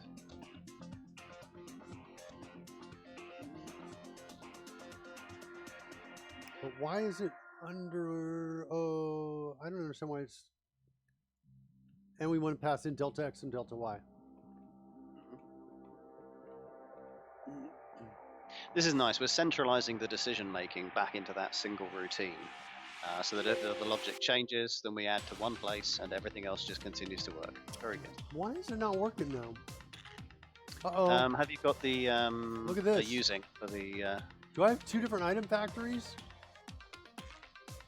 I have two different item factories. Look at that. Okay. Let's kill this. Let's go over to my real item factory. Pop it in. You've just put a method in a method. Yeah, Visual Studio told me the same thing. I was like, what? Okay. You could, you have my permission to say that more derisively, right?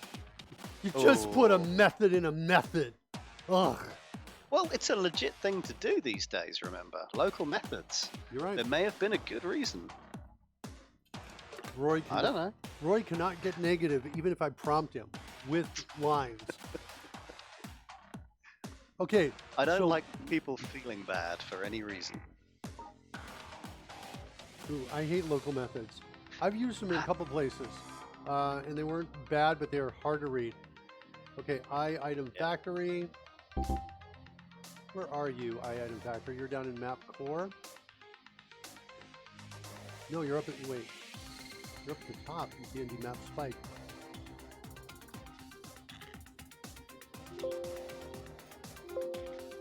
Okay, let's see. What do we got here? Prepare for execution. This is probably going to be item properties. Okay, that looks happier.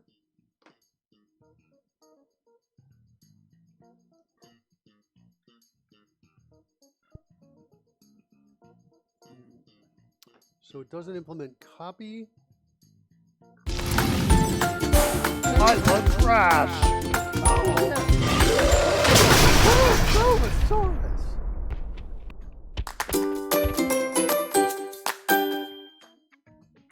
It's Grovosaurus with the minimal contribution to the chat room. Hey, Grovosaurus. How's it going? Go to the Mark Miller School of Acting and we'll break you of that subtlety, buddy. We'll show you how to come in with all caps lock engaged. Copy. Stamp group doesn't implement copy. I don't get that. Copy that returns an item properties rather than... I gotcha. New stamp group. Wait, what's happening now?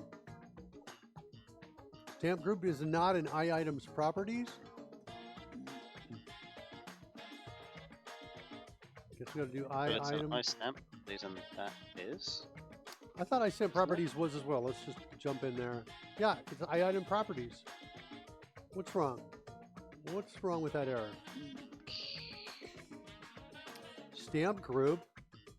Right. It has to implement two different versions and they each return a different thing. So you've changed from one to the other, but it's... Wait, are you sure? Well, I thought item properties and stamp properties both had a copy method and each of them had a different return value. Is that not right? Let's check it.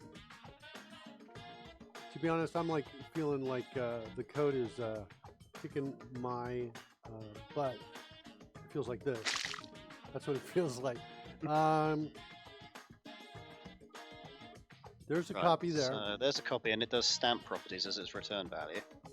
I think we just kill that. Maybe so. And I think that fixes the bug. Or the error, rather.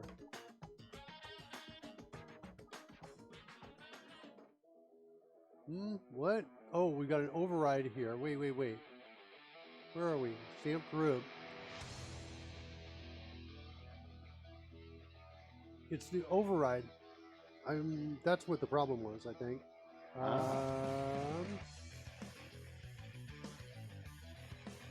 This. Yep. I was just thinking, what's the quickest way to go find the overridden base member? And cha-ching, there it is in an exact list, the navigation menu there from Code Rush. Yeah, Code Rush helps out every once in a while, doesn't it? Oh yeah. Okay, this one needs to be item properties. Good. Look at this, down to 2 error messages here. Looking good. Wait, what's going on here? We might not be importing the right location. The factory. Yeah, it needs to move down. So item factory is here. Uh-oh. Shoot. We need serialized stamp. Oh, no, wait, it's in the map core. Sweet. Okay, cool. So we need all of item factory to move down to the map core. So I'm going to just drag it down to the map core, which is right there. I'm going to hold down the shift key so that plus goes away. And we'll drop it in there. And it's item factory right there. Is that the same as when moving things in Explorer? So you try to drag it, but because and normally within a project that just doesn't move, but you went between projects, so it copies, and your shift key prevents that? Exactly. Yeah. Oh, no. There you go. Entirely worth showing up. I've learned a new thing today. Yeah, but I didn't see the stamp group right here. This is the problem. This piece needs to come back up. Scroll a little bit. Oh, sorry. See. It's this piece needs to go back up. So we're going to have an item property, item factory here, and you know what? I'll probably create another item factory. Should I create the same class? No, we'll call it something different. We need another class up here. It's not really a stamp factory. It's a all I can think of is thing factory. That's all I got. That's it right there.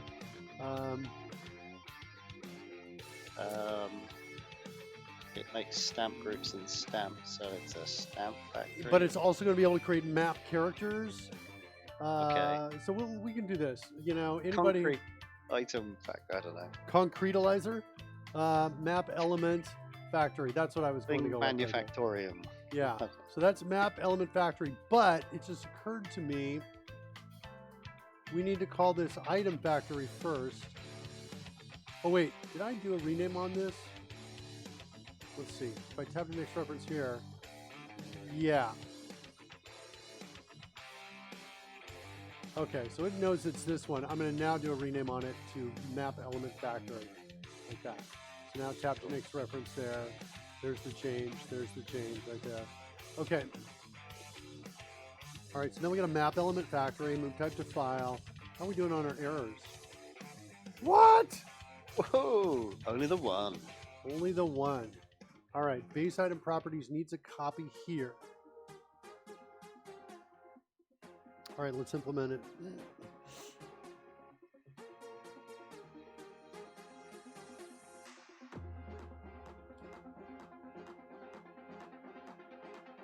Does it really need an implementation? This is an abstract class. It does, but well, not an implementation. It needs this. Is what it needs. That's what I was thinking. Okay. Okay. So now there's that. Let's go to base item properties.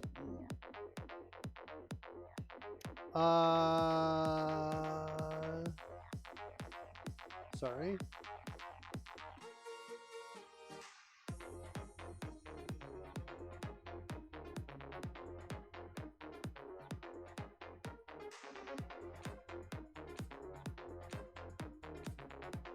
those wondering how Mark's getting that little window where he sort of navigates all over the place, that's CodeRush's quick nav menu, which is Control Alt N for navigation. Yeah, I'm also bringing it up by hitting the dot on my keyboard. Just brought up the wizard so you can see this. Ah, that's on your numeric keypad, yeah? Yeah, I'm hitting this button right here Gotcha. to bring that up because I have these options added right here. So Cool. it's useful. Okay, so I need this one's abstract too, but I think I need it virtual here is what I need. Or I guess it's overridden, sorry. Like that.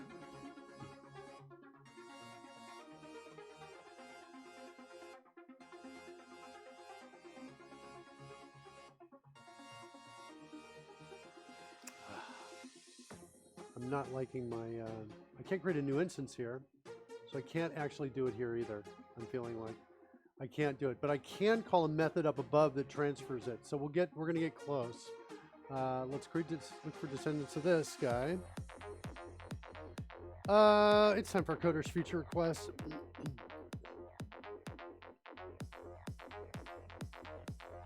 All right, kids. Right here on derived types.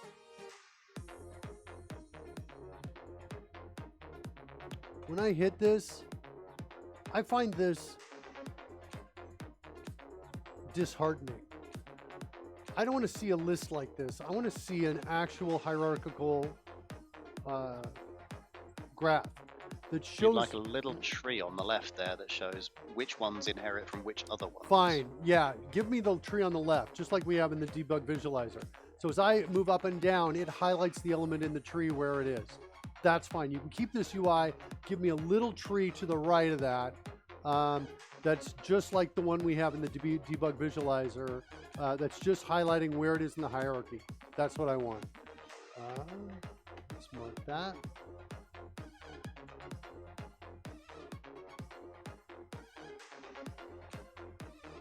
Tree graph for derived types. There it is. Yeah, kids, we're dog fooding CodeRush 4 days a week, Tuesday, Wednesday, Thursday, and Friday. Same time every day. And sometimes we do feature requests. Sometimes we do bug requests. Sometimes we find perf issues. And we are just dog fooding the product like crazy. Just making it better with every time we use it. That's what we're doing. All right. So base stamp properties. Sorry, let's go back up here. Go to derived types. Base stamp.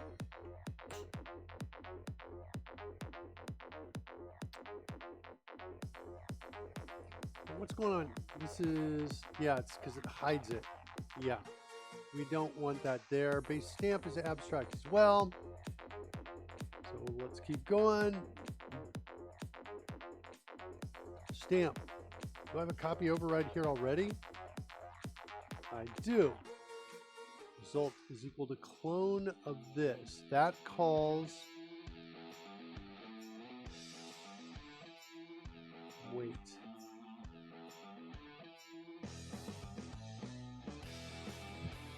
Calls this clone, which is different from the one we created.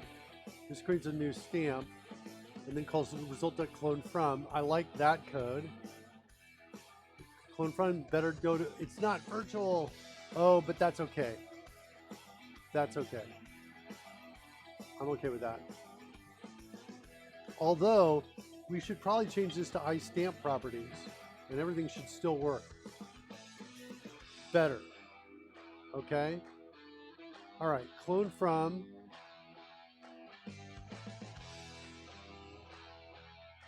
And then I move it. That's what my copy implementation looks like here. My stamp group has got a similar copy implementation, I believe. Yep, there's my new group, stamp group. That constructor calls clone on each item. Okay.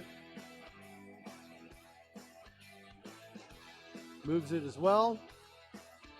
So now we're down to map character, I think, needs to also implement the clone. Is that right? Or better. If not, we've got a deficit in code. It hides. Let's go find its copy.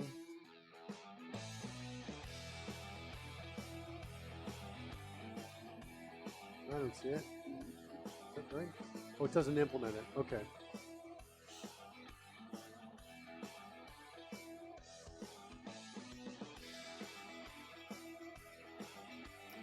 Okay.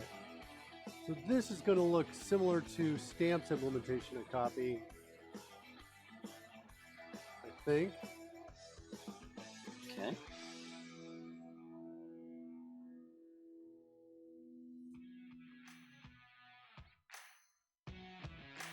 So we can sort of follow it all the way.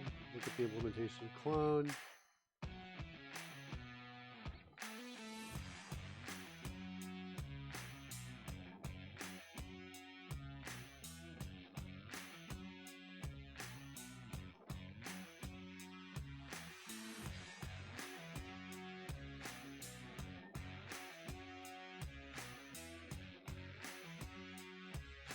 Okay, map character needs a constructor that takes these parameters.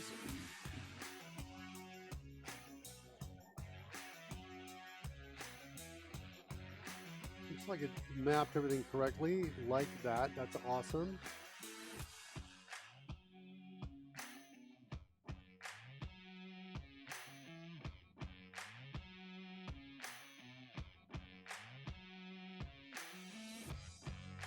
Oops, hold on. There's map character. There's map character.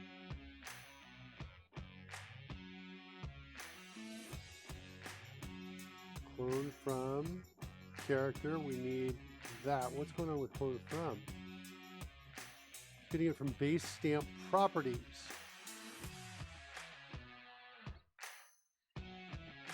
I think this needs to be virtual. Okay.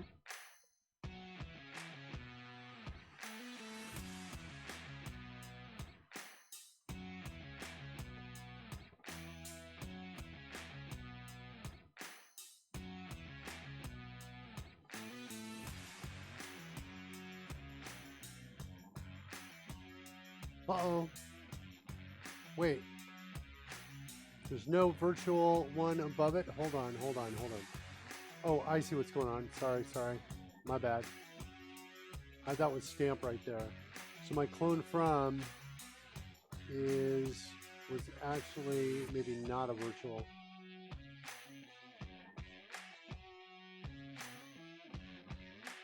Okay. What properties do we do in map character that we need to say that? I don't think we have anything yet.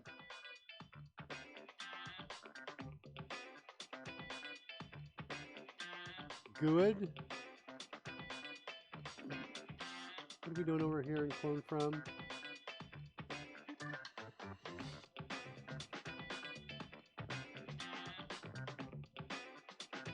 I don't see good in here.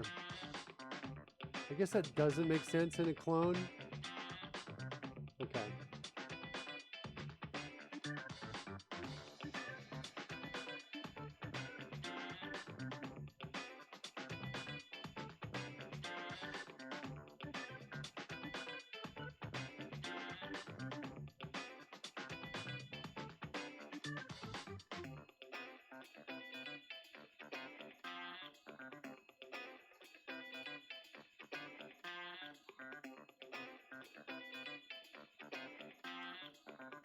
I think we have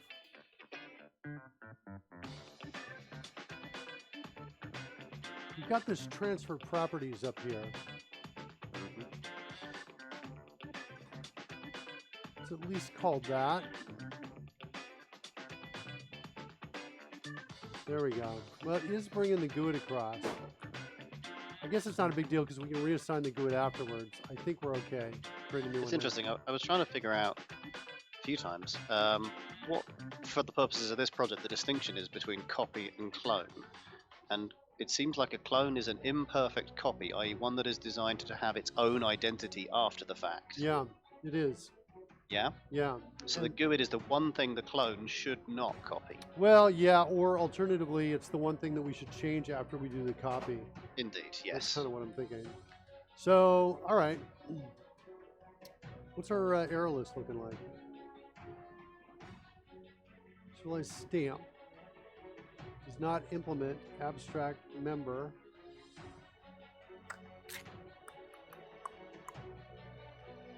Serialized stamp will never be copied. So I think we're going to implement it and do nothing inside of it. Should I do that? Or do I create a second class that's got the copy in it that descends from this? I just feel like the hierarchy is getting, you know, kind of thick. So I think what I'm going to do is here is just say I'm going to do a do nothing here. We'll return a null on this. Serialized stamp, sorry, it's behind Fred there. Serialized items are never copied. Only live items are copied.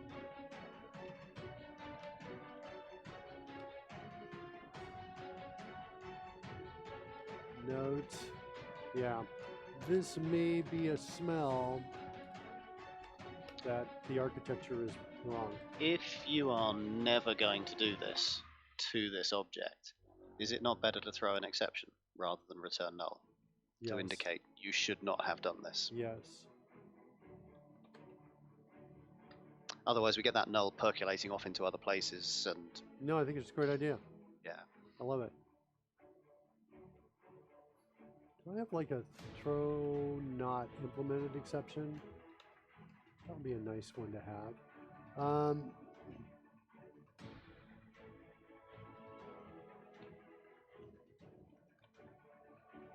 Sure, we used to. You think we did? Maybe Yeah, I'm I'm just wondering if it was back in Classic Code Rush rather than. Is it TNI? No.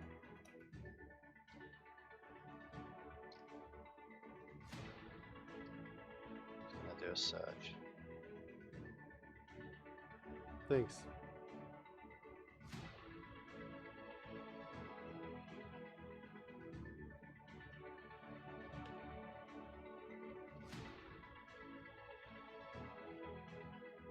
Yeah, we can fix this with an architectural change, but I'm trying to balance the weight of that additional class in the architecture, which makes the architecture harder to conceptualize and understand.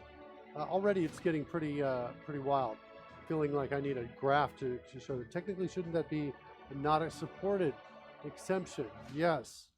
Great suggestion. Where's my great suggestion button? Great suggestion. Yeah, love it. The chat room is on fire! Cool.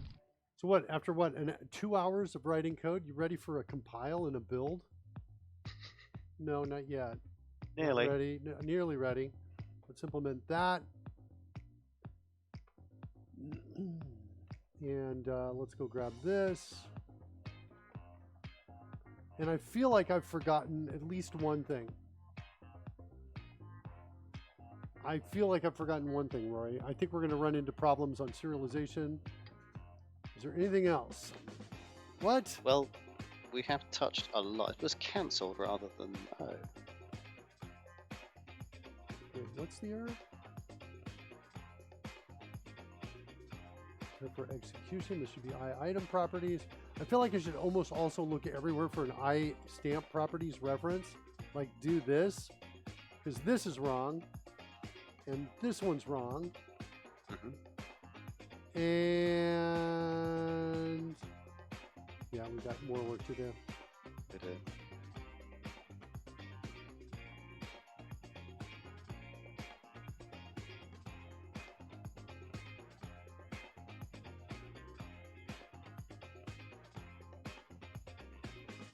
Yeah, this is kind of like when the architectural changes bite you in the butt.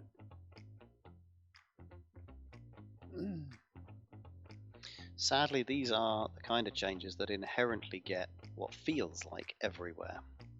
So there's very few parts of Oh no. the dungeon editor that aren't affected. Ooh. Item properties is invalid because it's a circular base class dependency? What?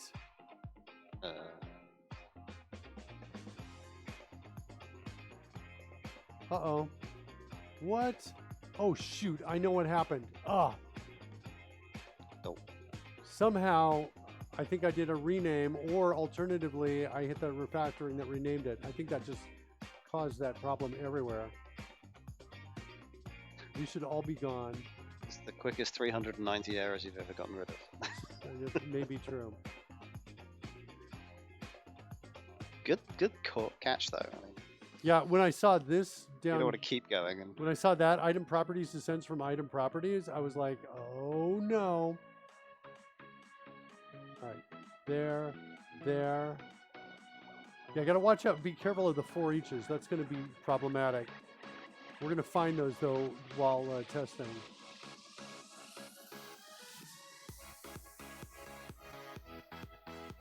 There. We gotta fix these. Everywhere we see that, we gotta watch that. This. All right, this we need.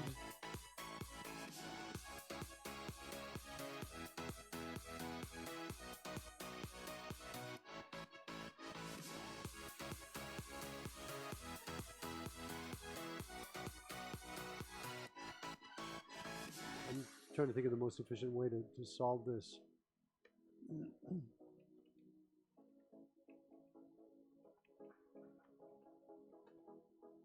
Like that is what I'm thinking. So we do this, and this. It's kind of what I'm thinking. that seems like it'll work. What's wrong with selected stamps? Hold on a second, let me undo. Did I miss something? Oh, selected stamps is uppercase there and there. Okay, gotcha. All right, so that's the property. That's the property. Okay, so that's kind of what we're looking at.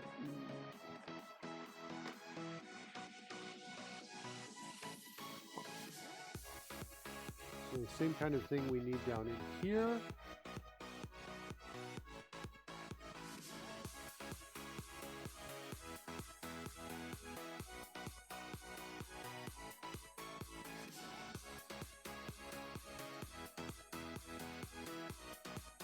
Lowercase s right there. Good. That feels good. Q change command. Yeah. The dream is right. Oh, did this? Okay. Oh, that's cool. All right. Yeah, the dream never lies. It's the way to go, I think. It still feels like it's the right way to go.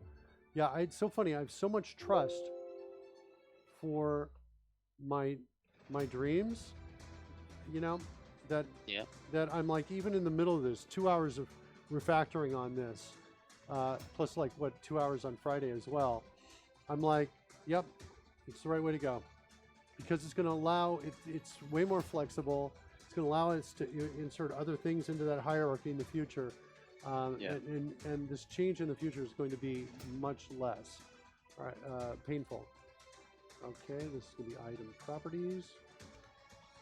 And in fairness, even to the evolution of the architecture, it's very rare that you will think of and design this up front. Right? This is the kind of thing that happens through discovery, through use, and through need. Very much like this show and our use of CodeRush. There's a bunch of features that come about because we discover that we need them.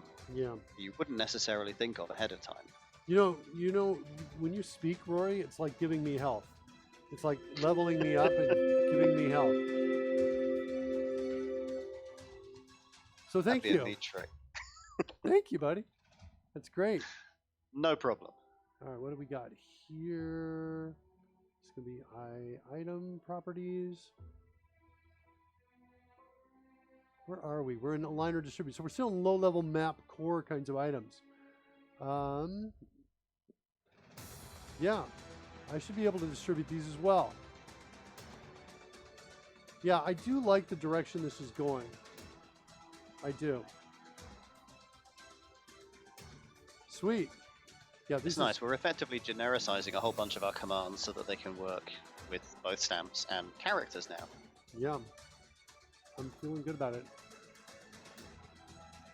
All right, let's see. I had some stuff on the clipboard. That's the one I wanted. Lowercase s here. Uppercase s here.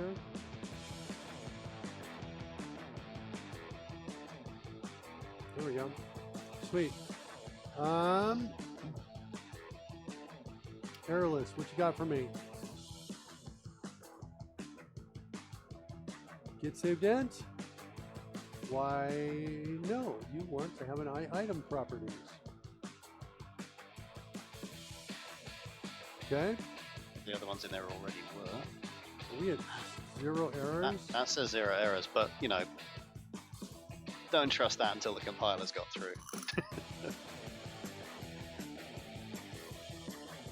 I remember a point in time where there was this on-the-fly compiler that was constantly running and figuring out these things. Yeah. Yeah. Don't know where that went. I don't know where that went either.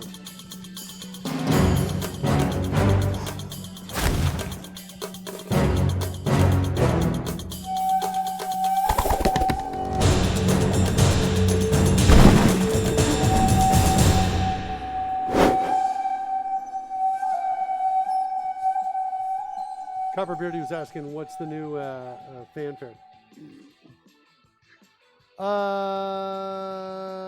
Coding Rolly's asking, isn't it easier to do just 4 each on iStamp properties? And my experience with that is that you get a casting error when you're running if it's not of iStamp properties. So that's why I'm doing the check in here. Using the smallest applicable interface that is necessary for the check that we're doing. Yeah. So it would have worked entirely correctly up until this recent period of time, but we're introducing a new class of item, which is the character, and the item properties is parent to both those and the stamp. So when it's something applicable like moving left and right or moving something around, so the X and Y coordinates, that's a common fact between those two things. Yeah. Whereas the change of hue is something that is specific to stamps and doesn't apply to characters at the moment. So Coding Roller says, I thought it did an implicit filter cast. I don't think it does. I feel like I have a solid memory of having the wrong item in and getting an exception. That's my memory on it. Well, if without this, the compiler would allow you to use any properties that were on a stamp. And that would then have to have broken at an earlier point. It would break at the attempt to cast rather than the attempt to use the property. Yeah, it breaks here. Right there is where it breaks, is my recollection. So this is what I'm doing. There was another way around this too, where instead of going to, I was thinking about filtering and getting just the stamps only, which now that I see all this code is probably a better approach. Selected items, effectively. Or selected. Yeah, right now this should be renamed to selected items. Let's see if I can rename it. Little perf issue there. I'm just like, should I report that? I'm gonna throw it out. I'm at the team. Little perf issue there when I did, where was it? I was here. Let's undo it. So I'm here, hit rename. Even the selection just took like too many milliseconds to come up. I'm gonna type in items. Oh yeah, look at it. Look at that take a while to get it there. It's a little slow with the rename right there. So I want that faster. That's your CodeRush perf issue. And like I said, we're dog fooding. And guess what? All the logs. Can I ask a very silly question? Mm-hmm. Do we have a rename, or is that Visual Studios? That's Visual Studios, I think, but we are doing, we're involved with this a little bit. We're playing in that space. Okay. So, we used to have a rename totally. Our rename was awesome. And then in the new version, I think we are relying on Visual Studios for the most part. And it could be all of them. You're right. No, that's a great question. It could be entirely all them. In which case, I guess we send the perf issue to the Visual Studio team. I want it to be faster. Fair play. Yep. Okay. What's our error list? Nothing. Nothing. Bear with me for a second. I want to tab the next reference through every one of these.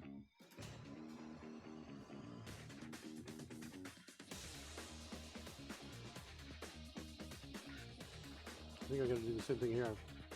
Is adjust scale available? It is not. All right, wait, hold on. Base stamp command, selected items. Hold on, we're gonna do this now.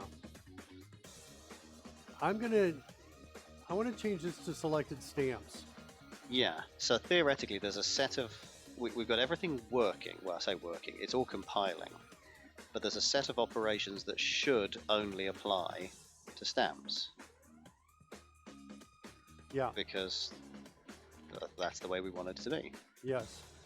So if we were to look at any stamp operation and just confirm that it is indeed that way. I'm sorry, what did you say? Well, you said you were going to tab to next reference through, what was it, the ice Yes. stamp properties? Yeah, I'm going to do that for sure. So here's what I think I'm going to do. I'm going to say, if it's null, then I want to say new instance of it. And then I want to say stamps equals selected items dot where.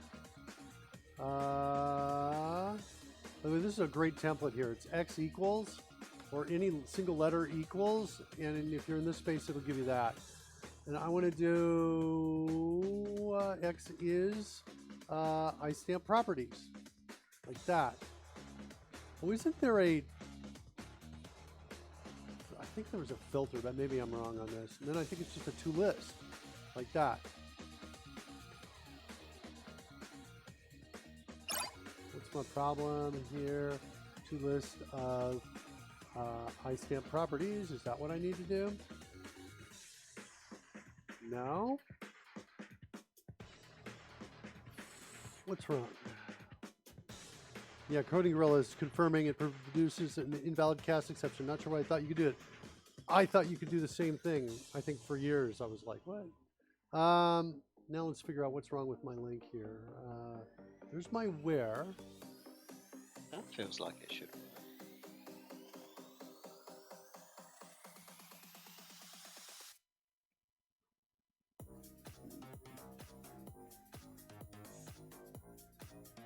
I need to convert. That's what I need, I think. Is there a convert? No? It might be a select. If they are two different types. I'm not familiar with select. What is that? Well, I don't usually use this style of syntax. I use the one that looks a little bit more like SQL. And it requires, under the C# version, to say you've got, I don't know, a character and you just wish to pull out a list of the names. You select the name, the shape of the object of your answer, effectively. So if it's in any way different from what's going in, which it isn't in this case, that's the thing. It shouldn't. You've got a list of selected items. Right, so you're trying to put selected items into selected stamps still. There's no actual cast going on there for the individual items. Oh yeah, this is, sorry, this is just not this. Okay, I need this. I need a where statement still. Does as work in C#? I think I still need a where. Hold on.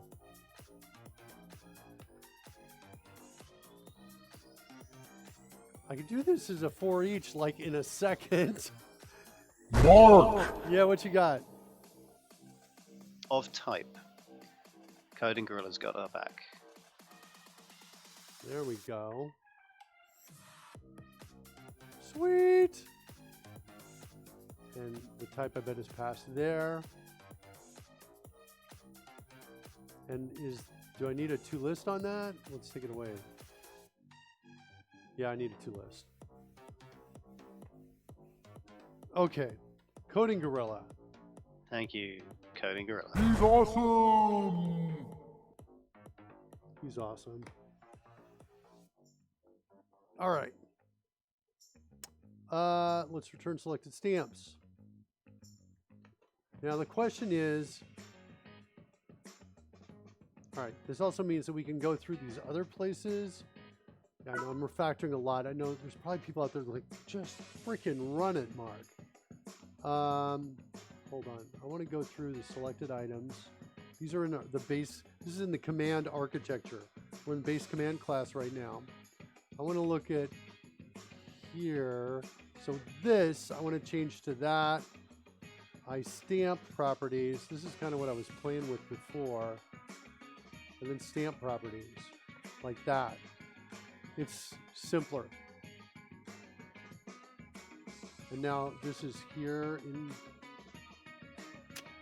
this one I can't do. Because this is item properties. It's an initialization variable passed in and prepared for execution. Is there a reason why we don't actually set them? We don't actually need it. Because we're setting it here. That's the only time we're calling it. So guess what? I am going to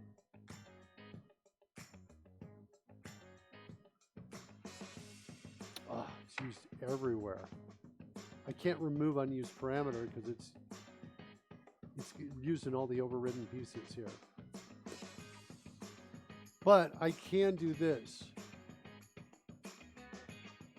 Oh, and this is wrong anyway. Look at this. This is one of those I was hoping to find.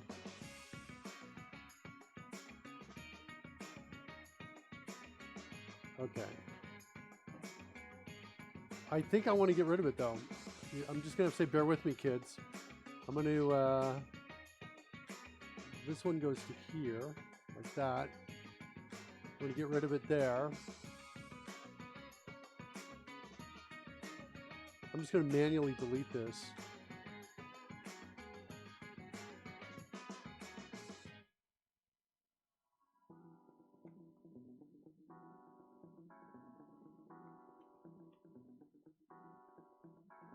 Okay, that one's good. Delete it here. Escape to get back. Delete it there. Delete it there. It's funny, I remember when I did this, I was like, I think we added passive parameter first, then later added it as a property. And I was like, oh, do I really? I remember thinking, yeah, it's kind of dangling, that piece. It's always nice when things are made more consistent with those things around them. So doing things in essentially similar ways. That way there's less cognitive load in understanding this when you come back to it. You don't have to worry about different occurrences and different variations. Yeah, no, it's totally worth it. It's totally worth it. It almost doesn't matter which of the two you pick. Almost. Obviously one will be better than the other, but getting them all the same, or very similar, it just makes that whole but understanding that much better. Yeah, it does. Okay, we'll do the same thing down here, and the same thing down here. Okay. All right, jump back.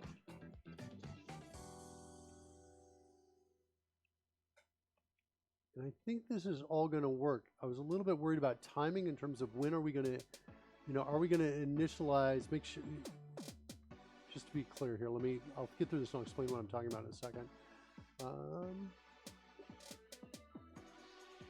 Yeah, saturation. So saturation, we need to do this. Like that.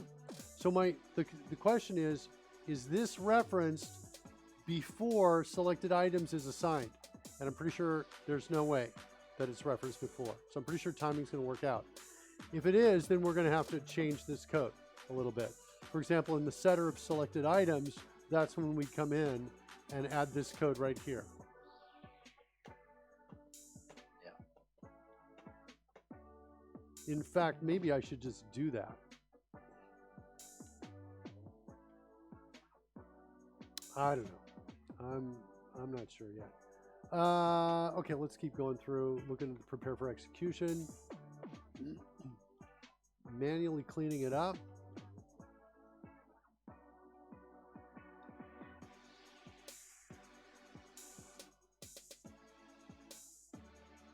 This one's going to be selected. Oh no, this is scale, sorry. So scale is scale. Is scale in item properties or not? It's in stamp properties. Okay. Cool. Oh, look, this got past our search. So we were going to get errors there. Okay.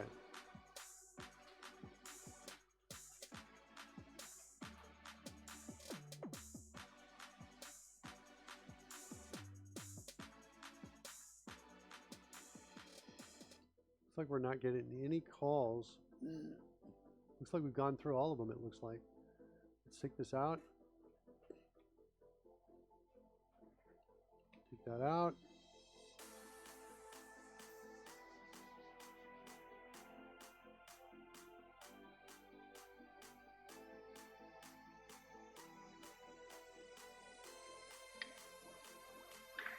It's going to be serialized items. Okay. Oh, what a mess this is. If this all works by the time we're done with this, Rory, right? It's going to be remarkable because there's so much sophisticated things happening, right? Even when we do undo and redo, it serializes. If we delete like a whole selection and then we undo the deletion, it's got to recreate all of those instances.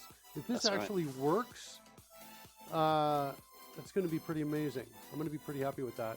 All right, I want to go find iStamp properties and continue to tab through next reference through all of those references to it and see, especially I'm interested in for eaches, like this one. Yeah.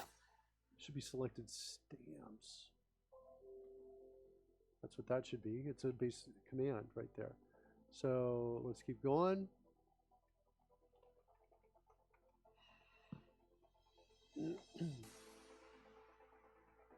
There's another command to descendant, so we're going to change that to selected stamps. Because we can rotate things we drop, but we can't rotate characters.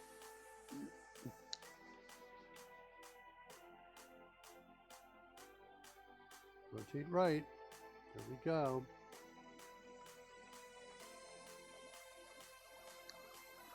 How you doing, Rory? You sound like you want to say something.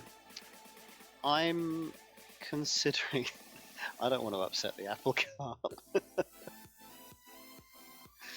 It's just interesting you say you can't rotate characters, and I know that that's certainly the design at the moment, but I was sort of picturing in my head what would happen if you changed your mind on that, if you decided you were going to.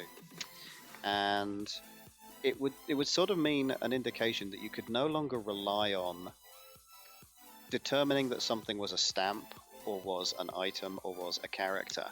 You'd probably have to change things over to an architecture which understands rotatable, flippable, other operational. Mother of pearl. Oh wow, look at me floating up here. That's kind of fun. How'd that get all the way up there? I'll try to get back down over here. Hello. Yeah, I'm with you on that. But I don't think that's too big a change for the needs that we have, certainly at the moment. Yeah, you just upset the shopping cart, buddy. You upset the shopping cart. Yeah, no, I was thinking the same thing. I think it's a really interesting idea, actually. I am thinking about it. Let's get this working first. Because that's a lot of work you've done to go this far. Yep. And in fairness, it was only based on the if characters needed to rotate, which, so far they don't. Excuse me.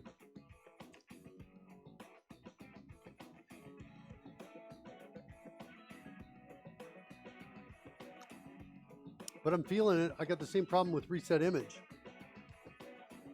It's in iStamp properties, but it's kind of fair to do in the character. Well, the character we're not really resetting, so maybe not. But I'm feeling you. It is definitely something I think we should consider.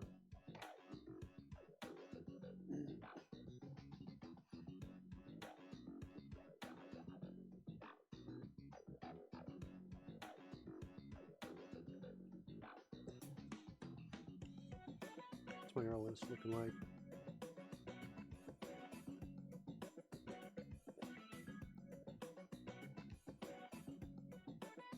Not found.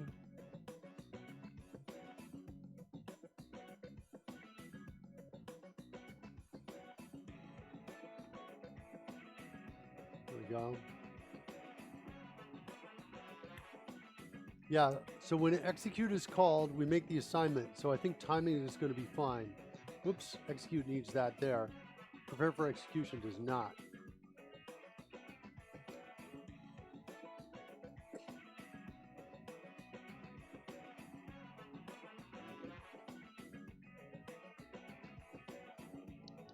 Okay.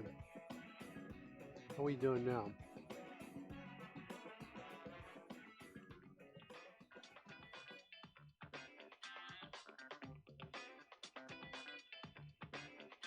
Now, here,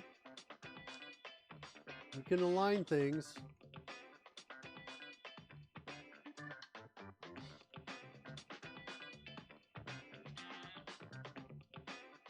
So we're good there. Yeah, no, I'm totally with you. I'm thinking about it, Rory. It's interesting because we're having to make decisions here about whether an operation applies to items or stamps.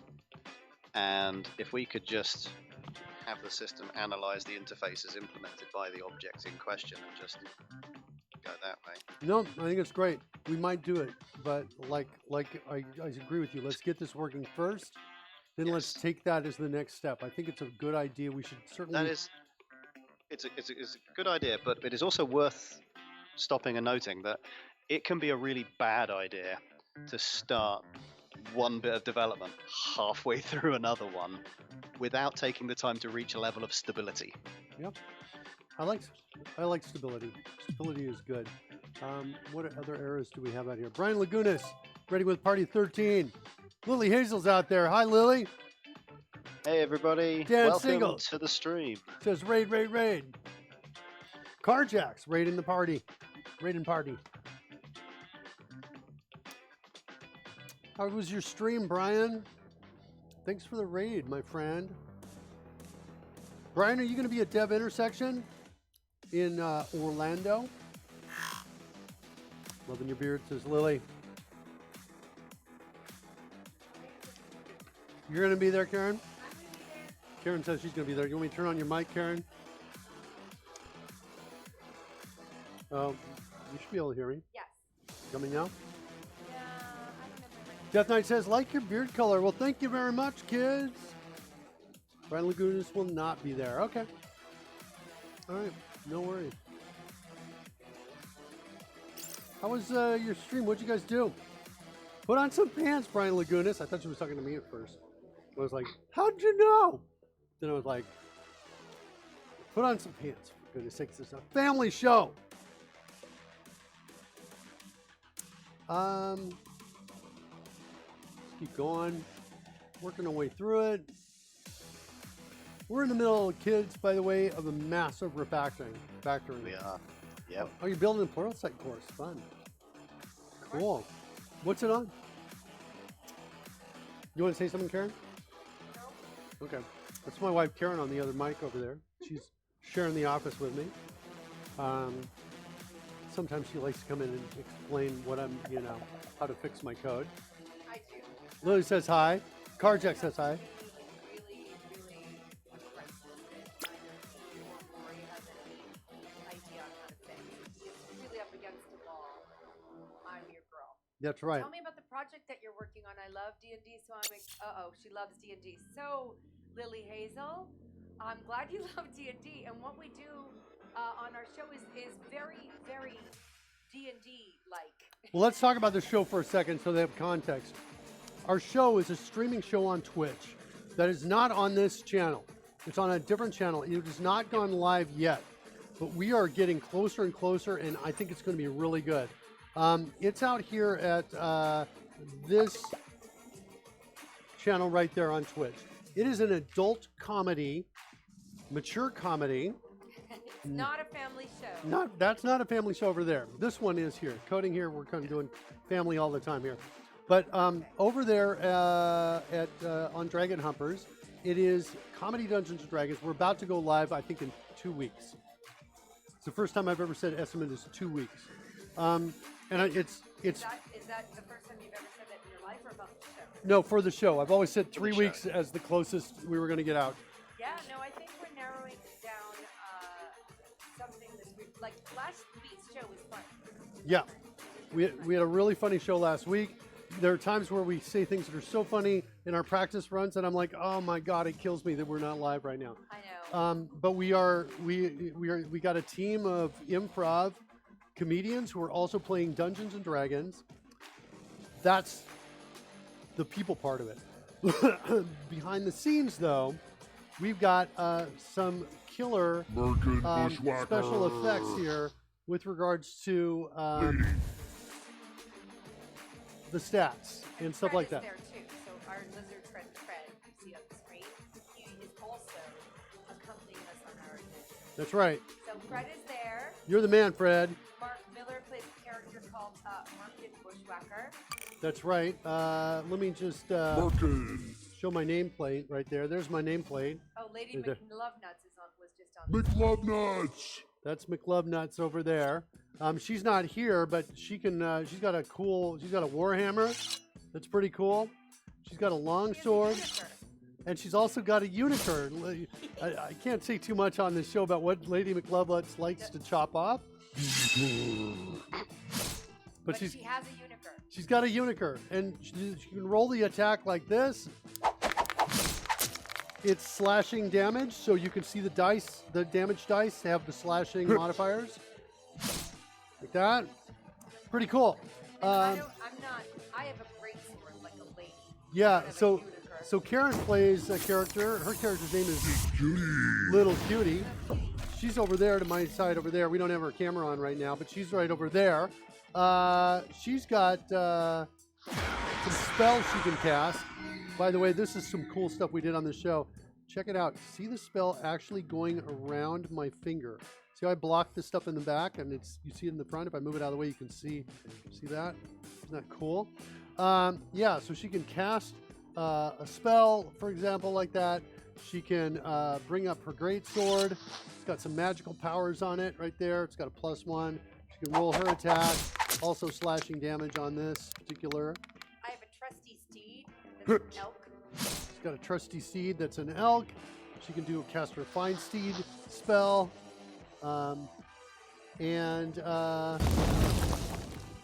Yeah, so that's something. So we got spell effects, things like that. I've got Bushwhacker. here. Let me throw out tidal wave. There's the tidal wave spell. We built this part right here, which shows the spell book, which includes calculated damage. So, for example, yeah, Carjax. Does it have overkill production values? Yeah. The answer is kind of yeah, it does. It's like he's been doing this for 2 years. So not only has he overly produced everything, he's overly produced everything several times. There's nothing on here I don't think you could add any more to a roll of the dice. That sounds like a challenge, Mark. I've been holding Shut back. your mouth, Rory. Yeah, shut your mouth, Rory. I just Yeah. say. Tongue back in your head. Yeah. So here's some chaos bolt right here. Roll the chaos. So the thing is, if I can cast it at slot level 3, and the text that's over here, the 2d8 plus 3d6, that you see in the middle here. Let me bring up my target here so I can go grab that and move that around. Grab that. That's my target. Oh, that's locked. Let's move that. Can I grab it now? There it is. Hold on. Here's my target. This right here, the 2d 8 plus 3d6. That target, that value is calculated, and that's because we're upcasting cast bolt at spell level 3. If I cast it at level 2, it's calculated there, or level 1, and you get kind of a calculation. You see what's happening is the dice are changing. If we roll the attack on here, you got 2d8s for Chaos Bolt. They determine the damage type, and after the roll, it becomes the damage. So I have choices between acid and force. So I get to choose. That was a miss, so nothing really happens. There's the spell kind of sputters out, that sort of thing. But everything you're seeing, we built on this show. We built it live during the show. Now we're doing a wild magic check because I'm a sorcerer. So if you play Dungeons and Dragons, it's kind of cool. By the way, we have a in-house rule. Every time we do a wild magic check, the next time we have to add one more dice to it. So what are we refactoring? We are creating a... yeah, we haven't even got to that yet. Yeah, we haven't even At the got to moment, that. we're making an editor for scenarios, so dungeons. I'm going to roll wild magic checks while you explain, Rory. You're going to keep doing that. So yeah, we've got an editor. It allows Mark to lay down, choose the layout of the dungeon, sort of a squared paper kind of effect, to lay down some tiles on that of different things, so lava or pavement or dirt or whatever. Put objects on it, so tables, chairs, other obstructions, things that can have real quality to them. We've also got property editors for these items, so the table would be known to provide cover for somebody who might be ducking behind it. And so we're done with a lot of these things, these objects that we can put on the map, and we were considering them to be stamps because you would take them from the side and stamp down copies like templates. Recently, though, Mark has also added the facility to position characters on the map. There's a one.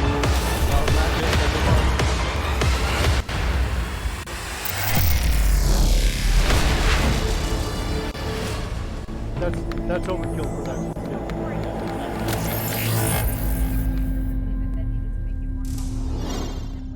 Where'd everybody go? In summary, what happened? Right, did you hear, Karen? I heard none of that, sorry.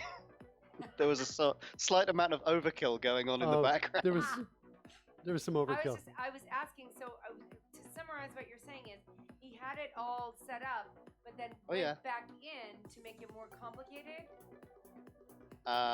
Well, he sort of, if you can imagine this beautiful bridge that had been constructed, he felt the need to go and mess with the foundations. Yeah, I know that story. Yeah, look at But it's going to make a way better bridge, right? Oh, yeah. It's a better bridge now. Yeah, Death Knight says this seems like a very Jerry Bruckheimer kind of D&D. Yeah, I was thinking Michael Bay. Mike, it's D&D, if D&D and Michael Bay had a love child, that's what this show is. That's what we're doing. We haven't shown you this yet, kids, if you're new here, but we also have, if I get hit and I take damage, it looks like that. Oh, look out, Fred. You okay, Fred? I think he's okay. Also, health looks like this, and we got more of those 3D effects. Give me some health. Oh, my health's not working. Well, yeah, why not? I think it's because I overloaded Twitch with a whole sequence of those. Yeah. Twitch has got restrictions on how many of these it can get in like a minute or something like that. Really? So they have an idea of what's reasonable? They do. Yeah, I don't know what that is. Where did they get that from? I'm I not don't sure. know what that is. Maybe me.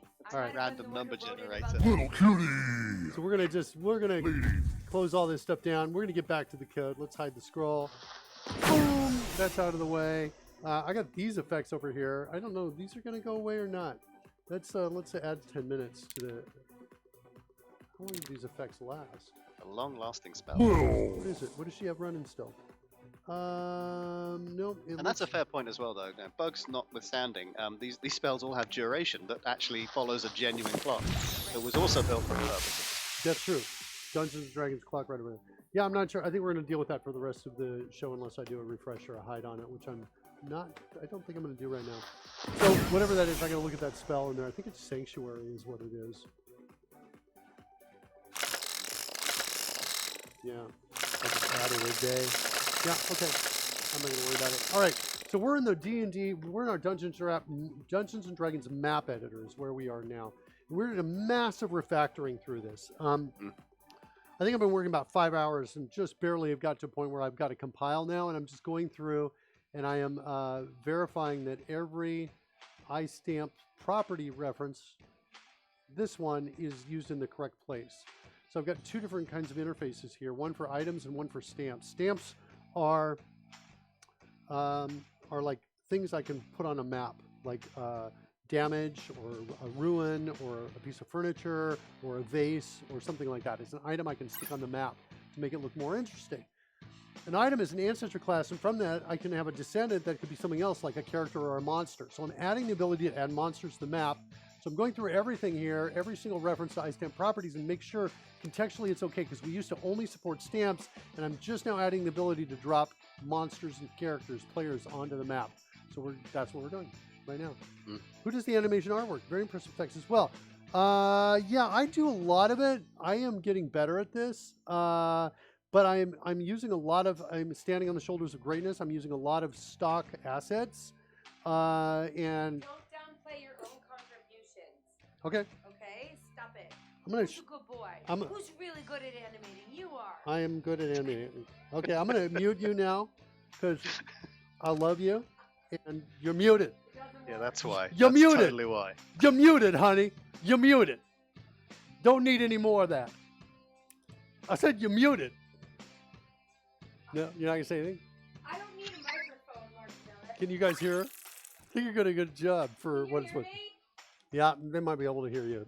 But you're muted even though you're still in the room.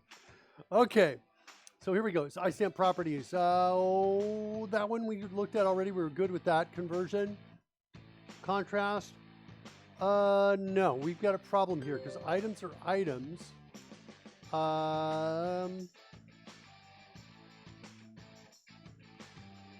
We need something similar. We need like an all stamps. We need something similar to what we did in command. I think it was over here in base command. Yeah, we start with selected items and we give a sort of spontaneous calculation of which of those are stamps. Yeah, and I think this is... But this is for a stamp group though, isn't it? Yeah, it is. So a stamp group won't ever contain items, will it? Yes, it will. I decided it would. So it's going to be an item group then? Is that what you're saying? Yes, yeah, it's a group of items, which means what I need now is I need... I want to rename this to just lowercase stamps right here. MXGTV is now following. Thanks for the follow. This is going to be items. It's going to be that sweet items of type. And you know what I think I'm going to do? I feel like I just want to do this, Rory. How hard and expensive can this be? This is happening in UI time right here. Do you know what I mean? Sure. We are like, This is when we change the contrast property, for example. So that's what I want to do. Well, I don't know that the other version was even that more performant, because although it was not recreating the list from, you start with a null, you make a list the first time through, and you save that time. The second time through, you're still assigning over the top of that with your results. So I don't know that it was that performant anyway. No, I didn't think we were doing that. Oh, you're right. We're conditionally creating the list, but then we're wiping it out. Yeah, that's not what I wanted. I wanted this to be a little smarter. I'm guessing you were conditionally going to populate the list, but that leaves the possibility that this list would lag behind the other one if any changes happen to it. So I don't know. Yeah, I don't know what I was thinking there. I think all I need to do is that. That's what I wanted. You like that better? I don't know. I think your choice a moment or two ago is the best one for now. Until we actually discover a performance issue, why not just return it? He's so good. Isn't he, people? He's so good. It's a lot simpler to read as well. You're right. Rory's absolutely right. How do I get Coding is correct. The two lists that we're doing is generating values every single time. Design! Yeah.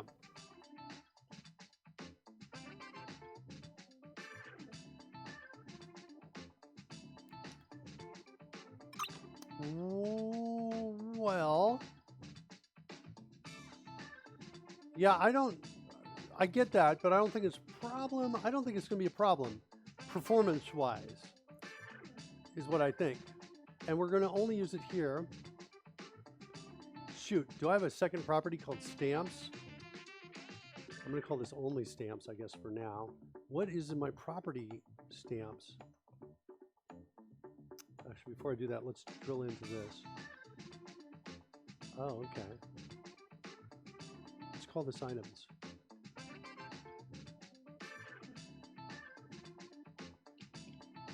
Oh, we tried to rename this before. We had problems last time. that was kind of blowing my mind on that. We tried this in the middle of our refactoring, so we're not going to do this yet. I'm going to change this to only stamps. There. And I'm going to change this to only stamps as well for now. Okay? Now we're going to keep going through, looking at iStamp properties. Make sure it's used correctly. Has any stamps? That's good. First stamp, that's good.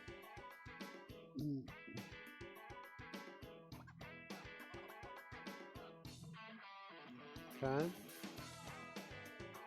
This should be item properties, although this should never actually be called. Setting the file name for a stamp group. Doesn't make sense. I should almost throw an exception there, but I'm not going to yet. All right, what else do we have?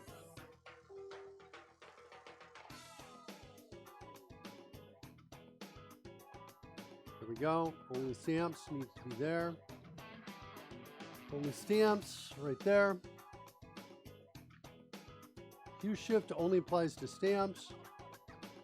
Lightness only applies to stamps. And I'm feeling your suggestion here, Rory. Right? Lightness, hue shift, all of that. I'm like, It's interesting, isn't it? No, it's a better design. It really is. But it's gonna be a lot of ripping stuff out to get there and replacing it. It is.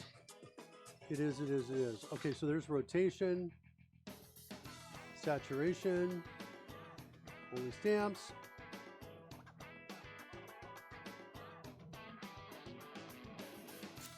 I think this is item properties. Because item properties can also be a floating item. So there, we're good there.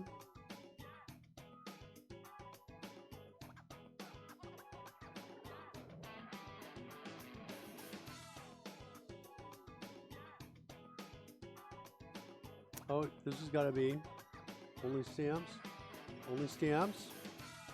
Almost lost focus there for a second.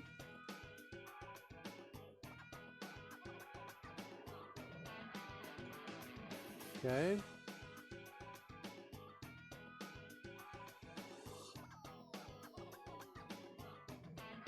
Item properties.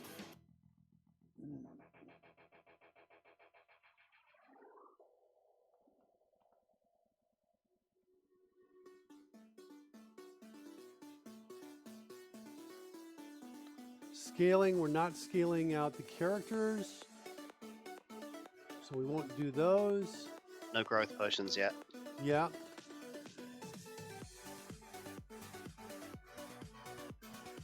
Change property command. Uh-oh. This is going to be this can just be an object. I think. Are we doing this?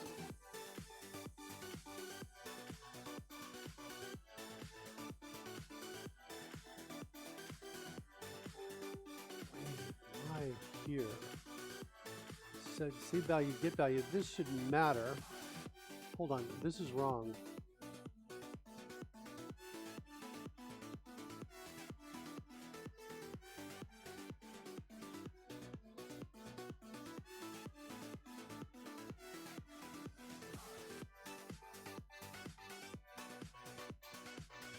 Yeah, theoretically, this can just be an object, I think.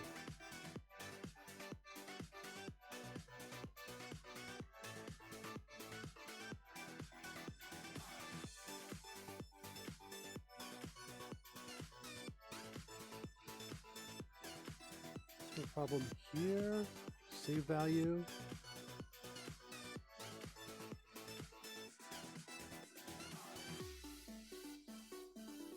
You got to go it in item properties. Get save value. Prepare for execution. We don't need this here. Yeah, seriously, big refactoring job here. It is. All right, let's go back to where we were.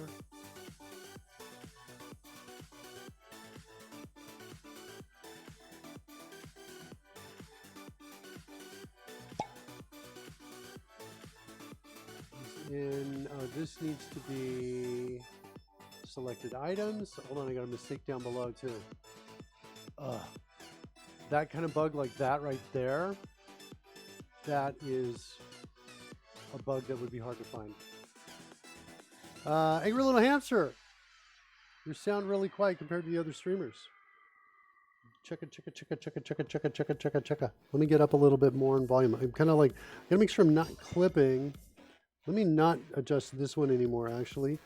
Let me instead, well, my mic is almost peaked all the way. Appears to have done quite well, raising your volume on the stream to very similar to what I've got it over Skype. Okay. All right. It's way better. It's still a bit quiet for me. Let's look at that. I can crank it up more here. Checka, checka, checka, checka, checka, checka, checka, checka. Huh. Yeah, that's about as loud as I can go. Hopefully that'll be okay. Thanks for the update on that. Check, check, check. Yeah. Since we have hit a little break, I'm afraid, my friend, I'm going to have to go. I'm being called home. Sorry, dude. Hi, buddy. Such is life. However, I will be back tomorrow. And obviously... Just wow. and I expect fully refactored... No, maybe not. Okay, we'll see. We're gonna get this done. All right, Rory. We'll see, buddy. Thanks, All right, as usual. We'll see you tomorrow. PyroCat sneaking in. It's too bad, PyroCat. We've had some amazing fanfares. Hey, you want to see a new fanfare, PyroCat? It's Wicked Blue Ninja. Wicked Blue Ninja's not shown up. Wicked Blue Ninja isn't always here, but I love the name so much. I created a fanfare for it. I'm Angry Little Hamster. You're on my list too. Haven't done it yet. Yeah, Pudding's like, we want you to find a fanfare, PyroCat. Yeah, it's too late. You already came in, snuck in without it. Hold on. Here's the Wicked Blue Ninja. I like this one. See what you think.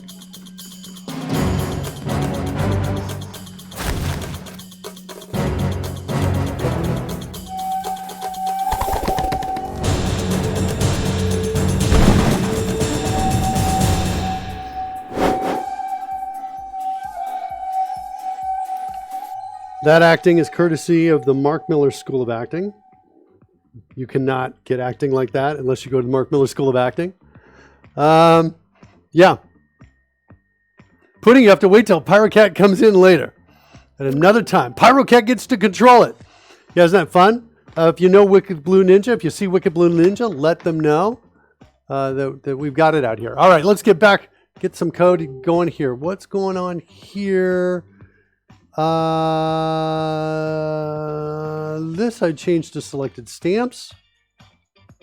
Right, but wait, this is changed property. Hold on. Yeah, this doesn't need... This can be selected items.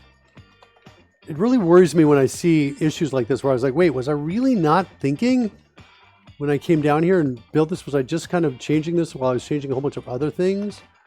Okay. A little bit worried about that.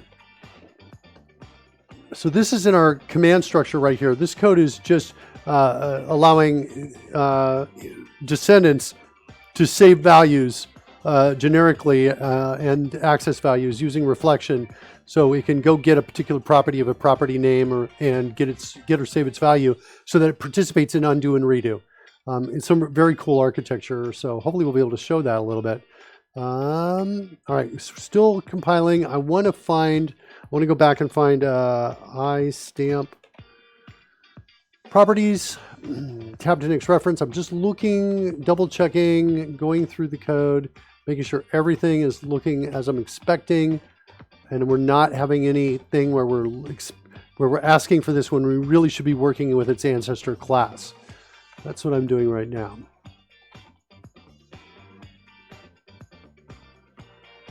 Yep, that one's good. We checked that one already. We're just kind of moving through. Check this for room one. Yep, that one's good. First stamp, good. We've checked everything stamp group.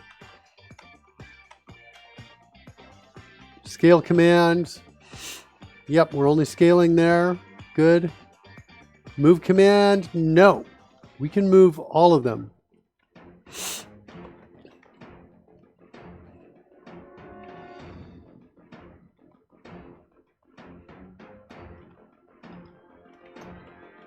Same thing there. Okay, what are we doing here? We're in base command, selected stamps. We did that. We're good here. Add selected stamp.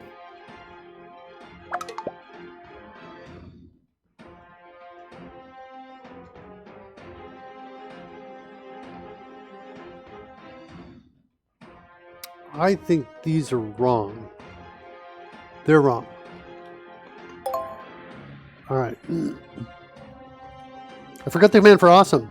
Had to go in lurk mode while I got some work done. Jesus, this circus still going? Yes!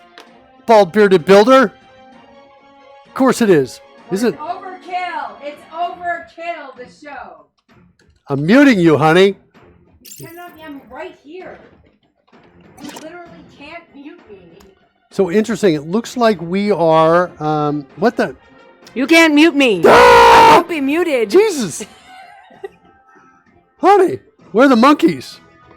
Yeah, we should have monkeys on this show. We have no monkeys, but we got pudding. We also have this guy.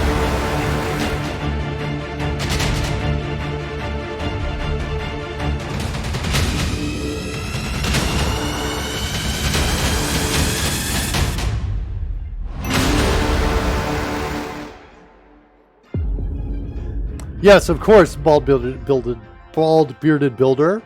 I will send you that link to that repo. It's a pretty cool one. Yeah, it's not bad. Okay, wait, let's get back into the code. Where was I? Item property stamps here. Here. This needs to be item properties like that.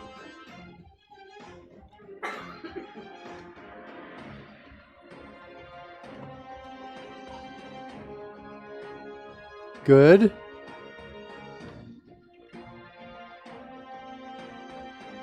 We're going to change this to item.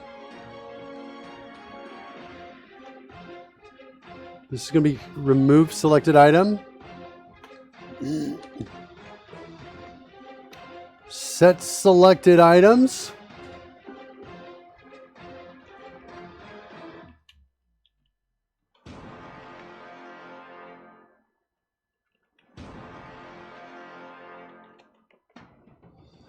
Yeah, we need monkeys on the show.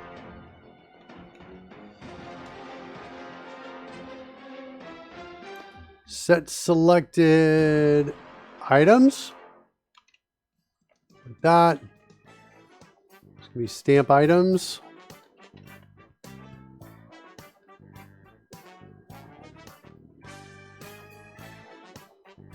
Oh, man. So interesting. So we died.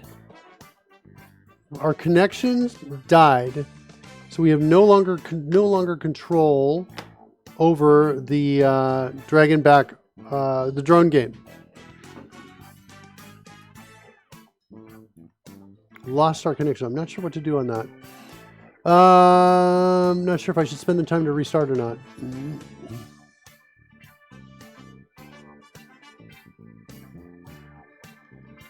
All right, let's. We'll keep going. We'll keep writing code because we can do this.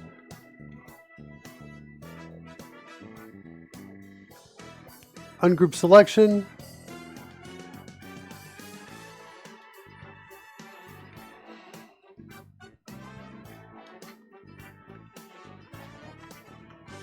Okay.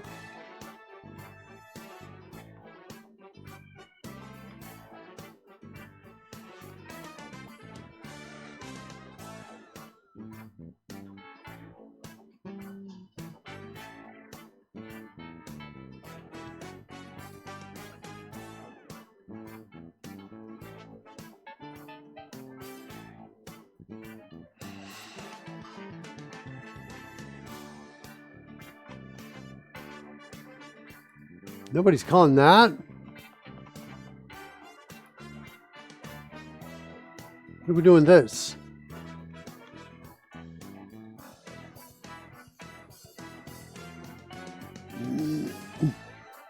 It's all working with items. This can be item properties. Is this referenced anywhere? Still not referenced anywhere. Interesting. I wonder if it exists in commented code.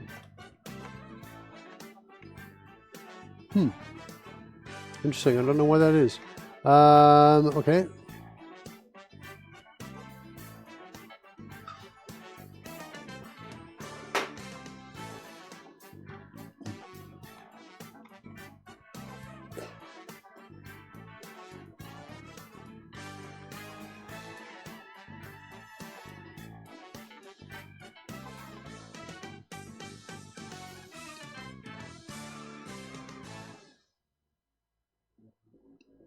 All this can be item properties right here. Okay.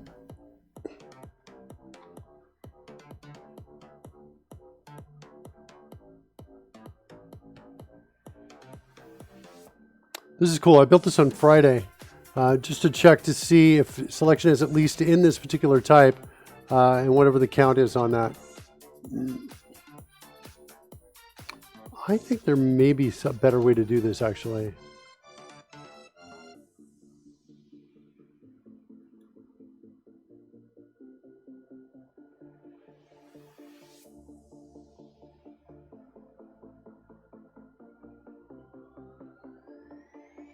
Is there a count?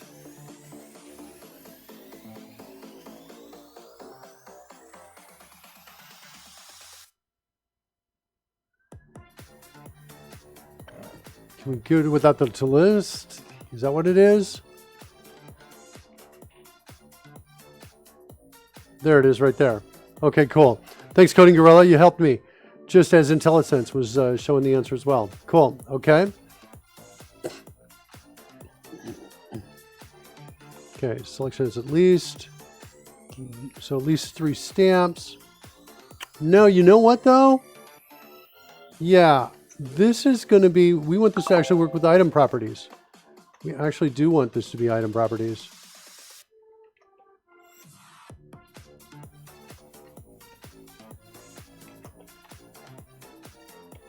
Because we can arrange those right there. All right, what's happening here? Update stamp selection UI. I'm going to say this is going to also work with, yeah, item properties. There we go. Oh, really? That's cool. Let's go back and check that. Let me drop a marker right down here on iStamp properties. Let's come back up to where we were. Here we are.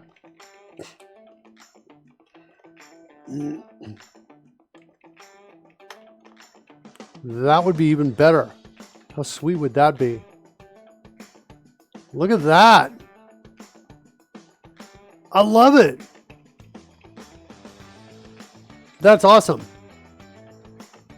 Yeah, good job, .NET team. All right. Here we go. That one. Whoops, not there. I want to go down here. All right, what are we doing here? What is this? Get consistent mod settings. Yeah. So this...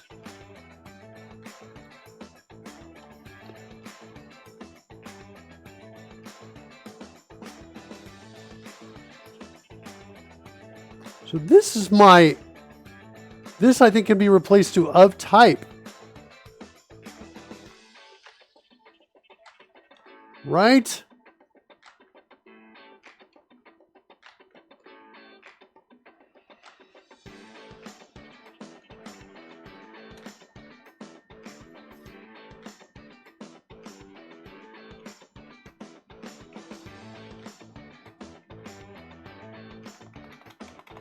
I'm not using this anywhere.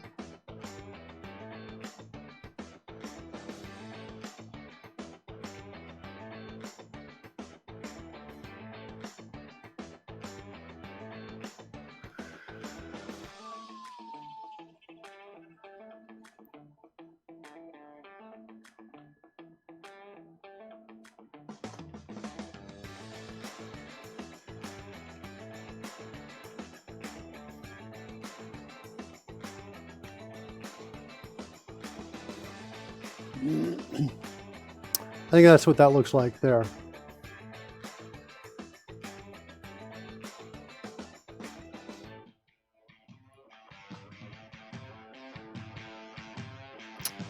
Got to do this. Shift reset. Click. Ah, this needs to play with undo redo. That's important.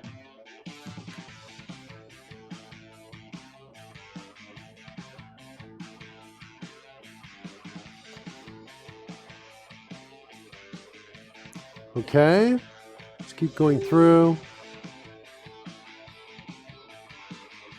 Yeah, same thing here. These resets, these are menu items here. We did not hook these up into undo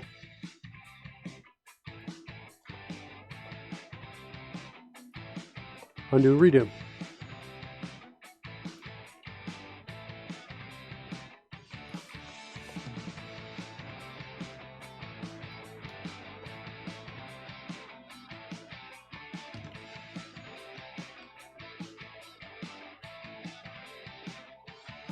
Same problem here.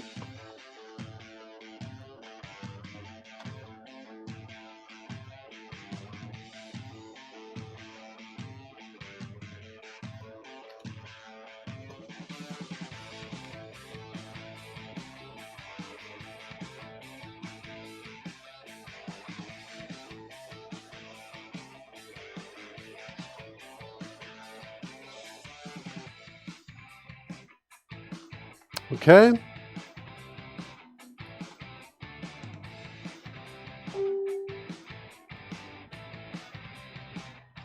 These are item properties. Item properties.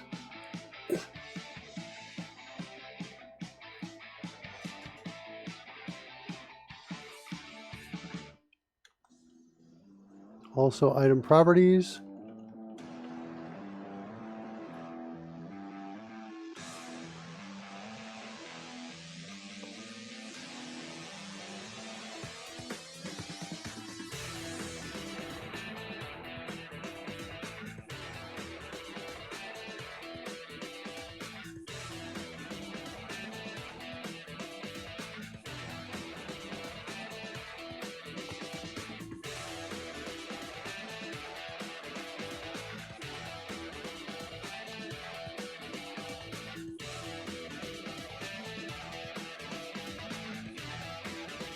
Interesting. Okay, let's see what we got here. We're dog food and Code Rush kids. Anything weird or strange happens, we've got Code Rush log files, performance logs, and all kinds of data that we send over to our devs. Let's take a look at the stack trace on that.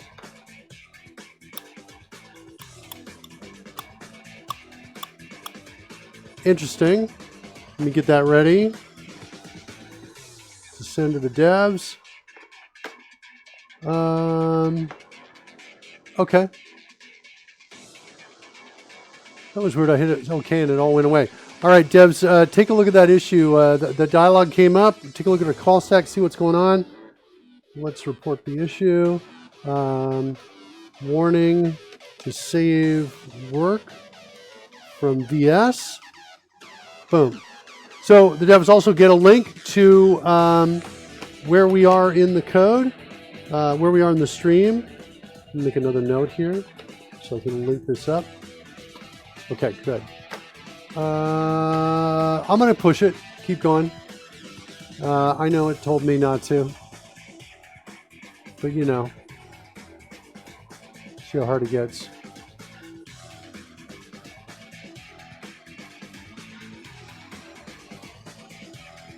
And I think we've gone full circle with our check.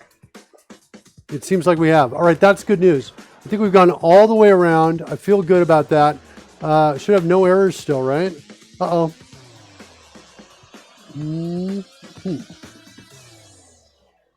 What else?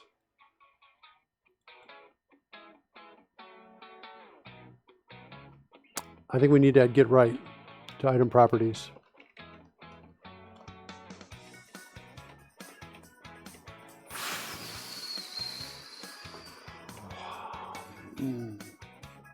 Get bottom and get right. I'm going to move them up. to item properties because they're, you know, kind of this thing. And now I think we're going to have a new set of errors that something's not implementing it. There they are.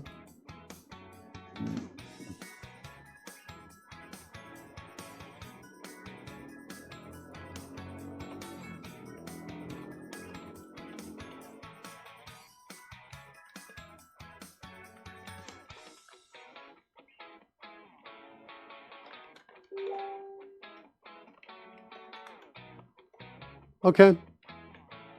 Should be no errors now.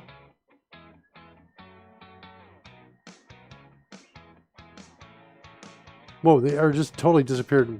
Oh, because I was editing the code. I gotcha. Okay, what are my warnings?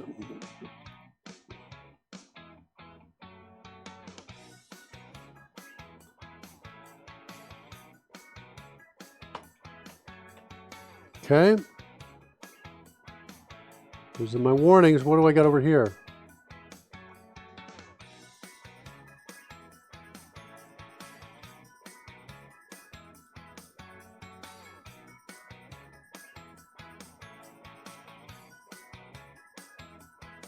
Explicit operator. What?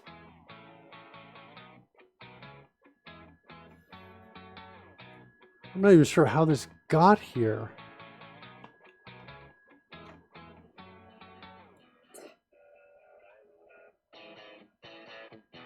Build succeeded. No errors. One warning.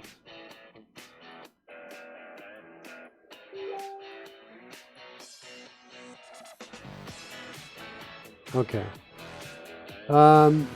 Let's run it. Here it comes.